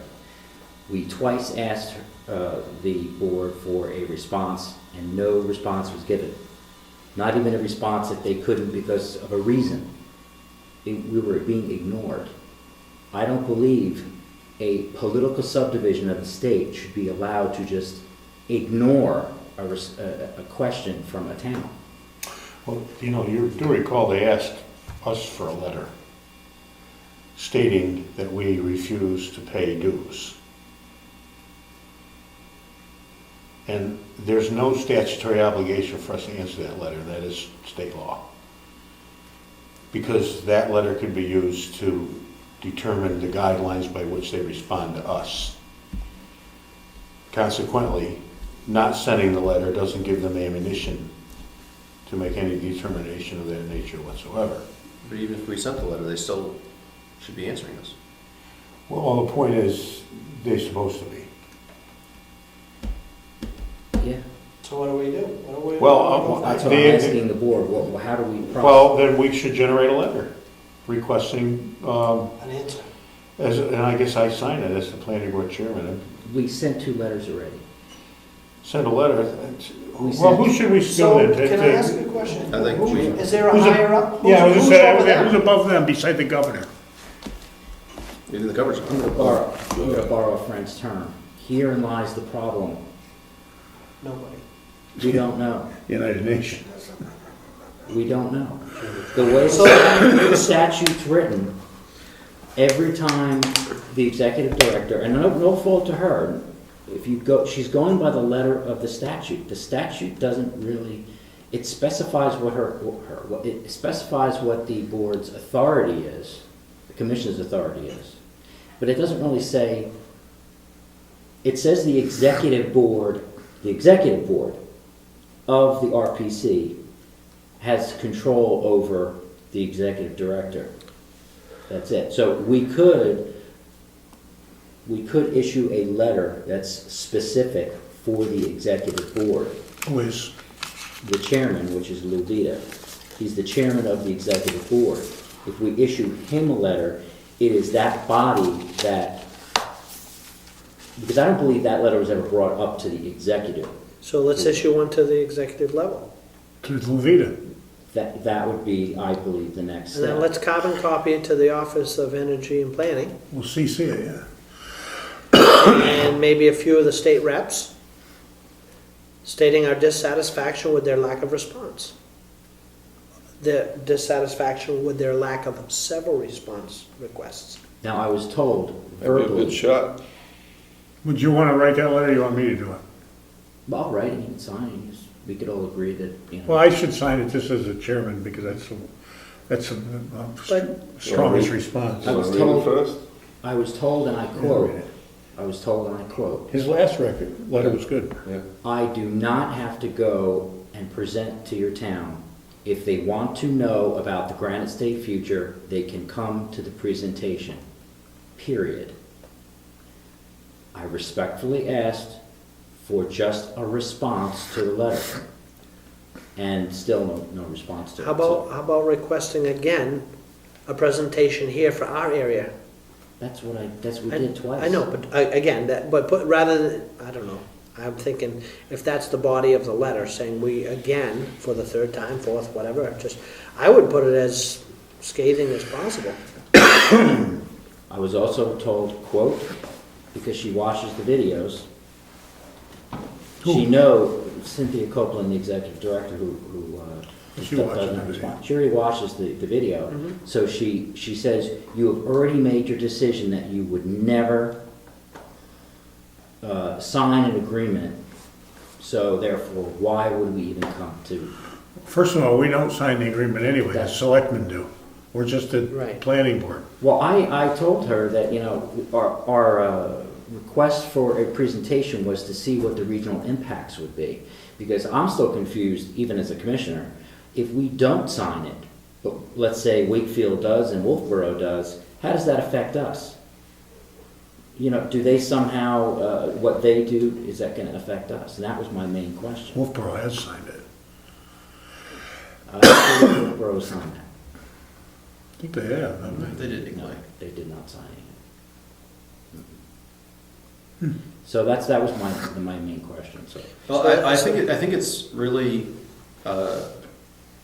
short-sighted of her to think that people here have made up their minds when we've only heard the disinformation and misinformation from activists like you, right? Well- How can she expect that if the people that are talking about this are only the people that are upset about it, of course that's going to help form people's opinions. If it's such a good program, Why wouldn't you want? why wouldn't you want to come and sell it to us? And tell us why it's so good? I don't get that. And get people Well, from the public we had here. those folks come and talk about. No, I understand, but I mean, if it's a good program and the activists are upset about nothing and it's good for us, it's good for New Hampshire, why wouldn't they come and give the presentation? Just because we've heard somebody else say something negative about it doesn't mean that we're all going to believe that. If you look back at the track record of the RPCs in the state, they had to hire an outside Minnesota PR firm called Action Media to teach them in order how to sell this to us. Well, that's because you know how to sell it to us. And even if they can't sell it to us, then maybe there's something wrong with the program. They're the ones running the ads on the radio. It may be. Now, what did you mean by misinformation? You think I trust everything you tell me? It's provable. I can show you. You know what? I hear something from you. I'm like, it's Ed again, and then I go and Google it, and I make up my own mind. There's nothing wrong with that. Which happens to be that you've been mostly right. But aside from that, I think it's. I don't understand why somebody who believes in a program wouldn't Try to keep selling. make the presentation. Where it's not. I don't think there's any reason to believe, based on what happened in these meetings, that we're disrespectful to anyone who comes here and speaks. We may disrespect each other, but I think that we, to our guests here, we've been pretty respectful, I think. And Well, we've made a few incendiary comments on and off, but that's okay. well, just based on activists, trying to rile us up. Yeah. Now, I can offer a reason why they won't, and that's because our population doesn't matter to the program. They're only after the very large population centers. The small towns like us, it isn't going to make any difference. Well, you know what? if We Well, got then they should just tell us. Two of our district representatives come from this small town now. That's true. But if that's the Wakefield reason they has don't want to nothing. come here, that may be a legitimate reason. It's not, but they should just tell us that. Just answer the letter. Tell us it's because we're too small. Tell us it's because we won't pay dues. Tell us it's because we're mean to people that come here. Whatever the reason is, they should at least answer the. It's the Answer the letter. sidewalks. It's I mean, they because, can't- it's they because can't with say Jerry that. Milroy, we rejected They the can say that. sidewalks. They can't say politically incorrect things. They should, Why not? What? but they should answer they should answer the letter. I think that. So we're going to formulate a letter and send it to the executive board Yep. and a lot of others. And it can't be, he can't sound mean, No, I don't think we. but it has to be strident enough to wake him up. It's gonna be the Lovita. I don't think we were ever disrespectful at all. Pardon Through me? the whole process, we were never disrespectful at all. No, we won't. I suggest you send it also to the Office of Energy and Planning. Is it going to Lovita? Well, he's the chairman of the executive board, yes. Okay. The message was sent, we And don't have. maybe he'll get to we see don't it, have then it. again, maybe he won't. All right. See you guys. If you got enough, we're done. Meeting is I'm done. out of here, I'm done or not. It's re-adjourned. Don't be so eager.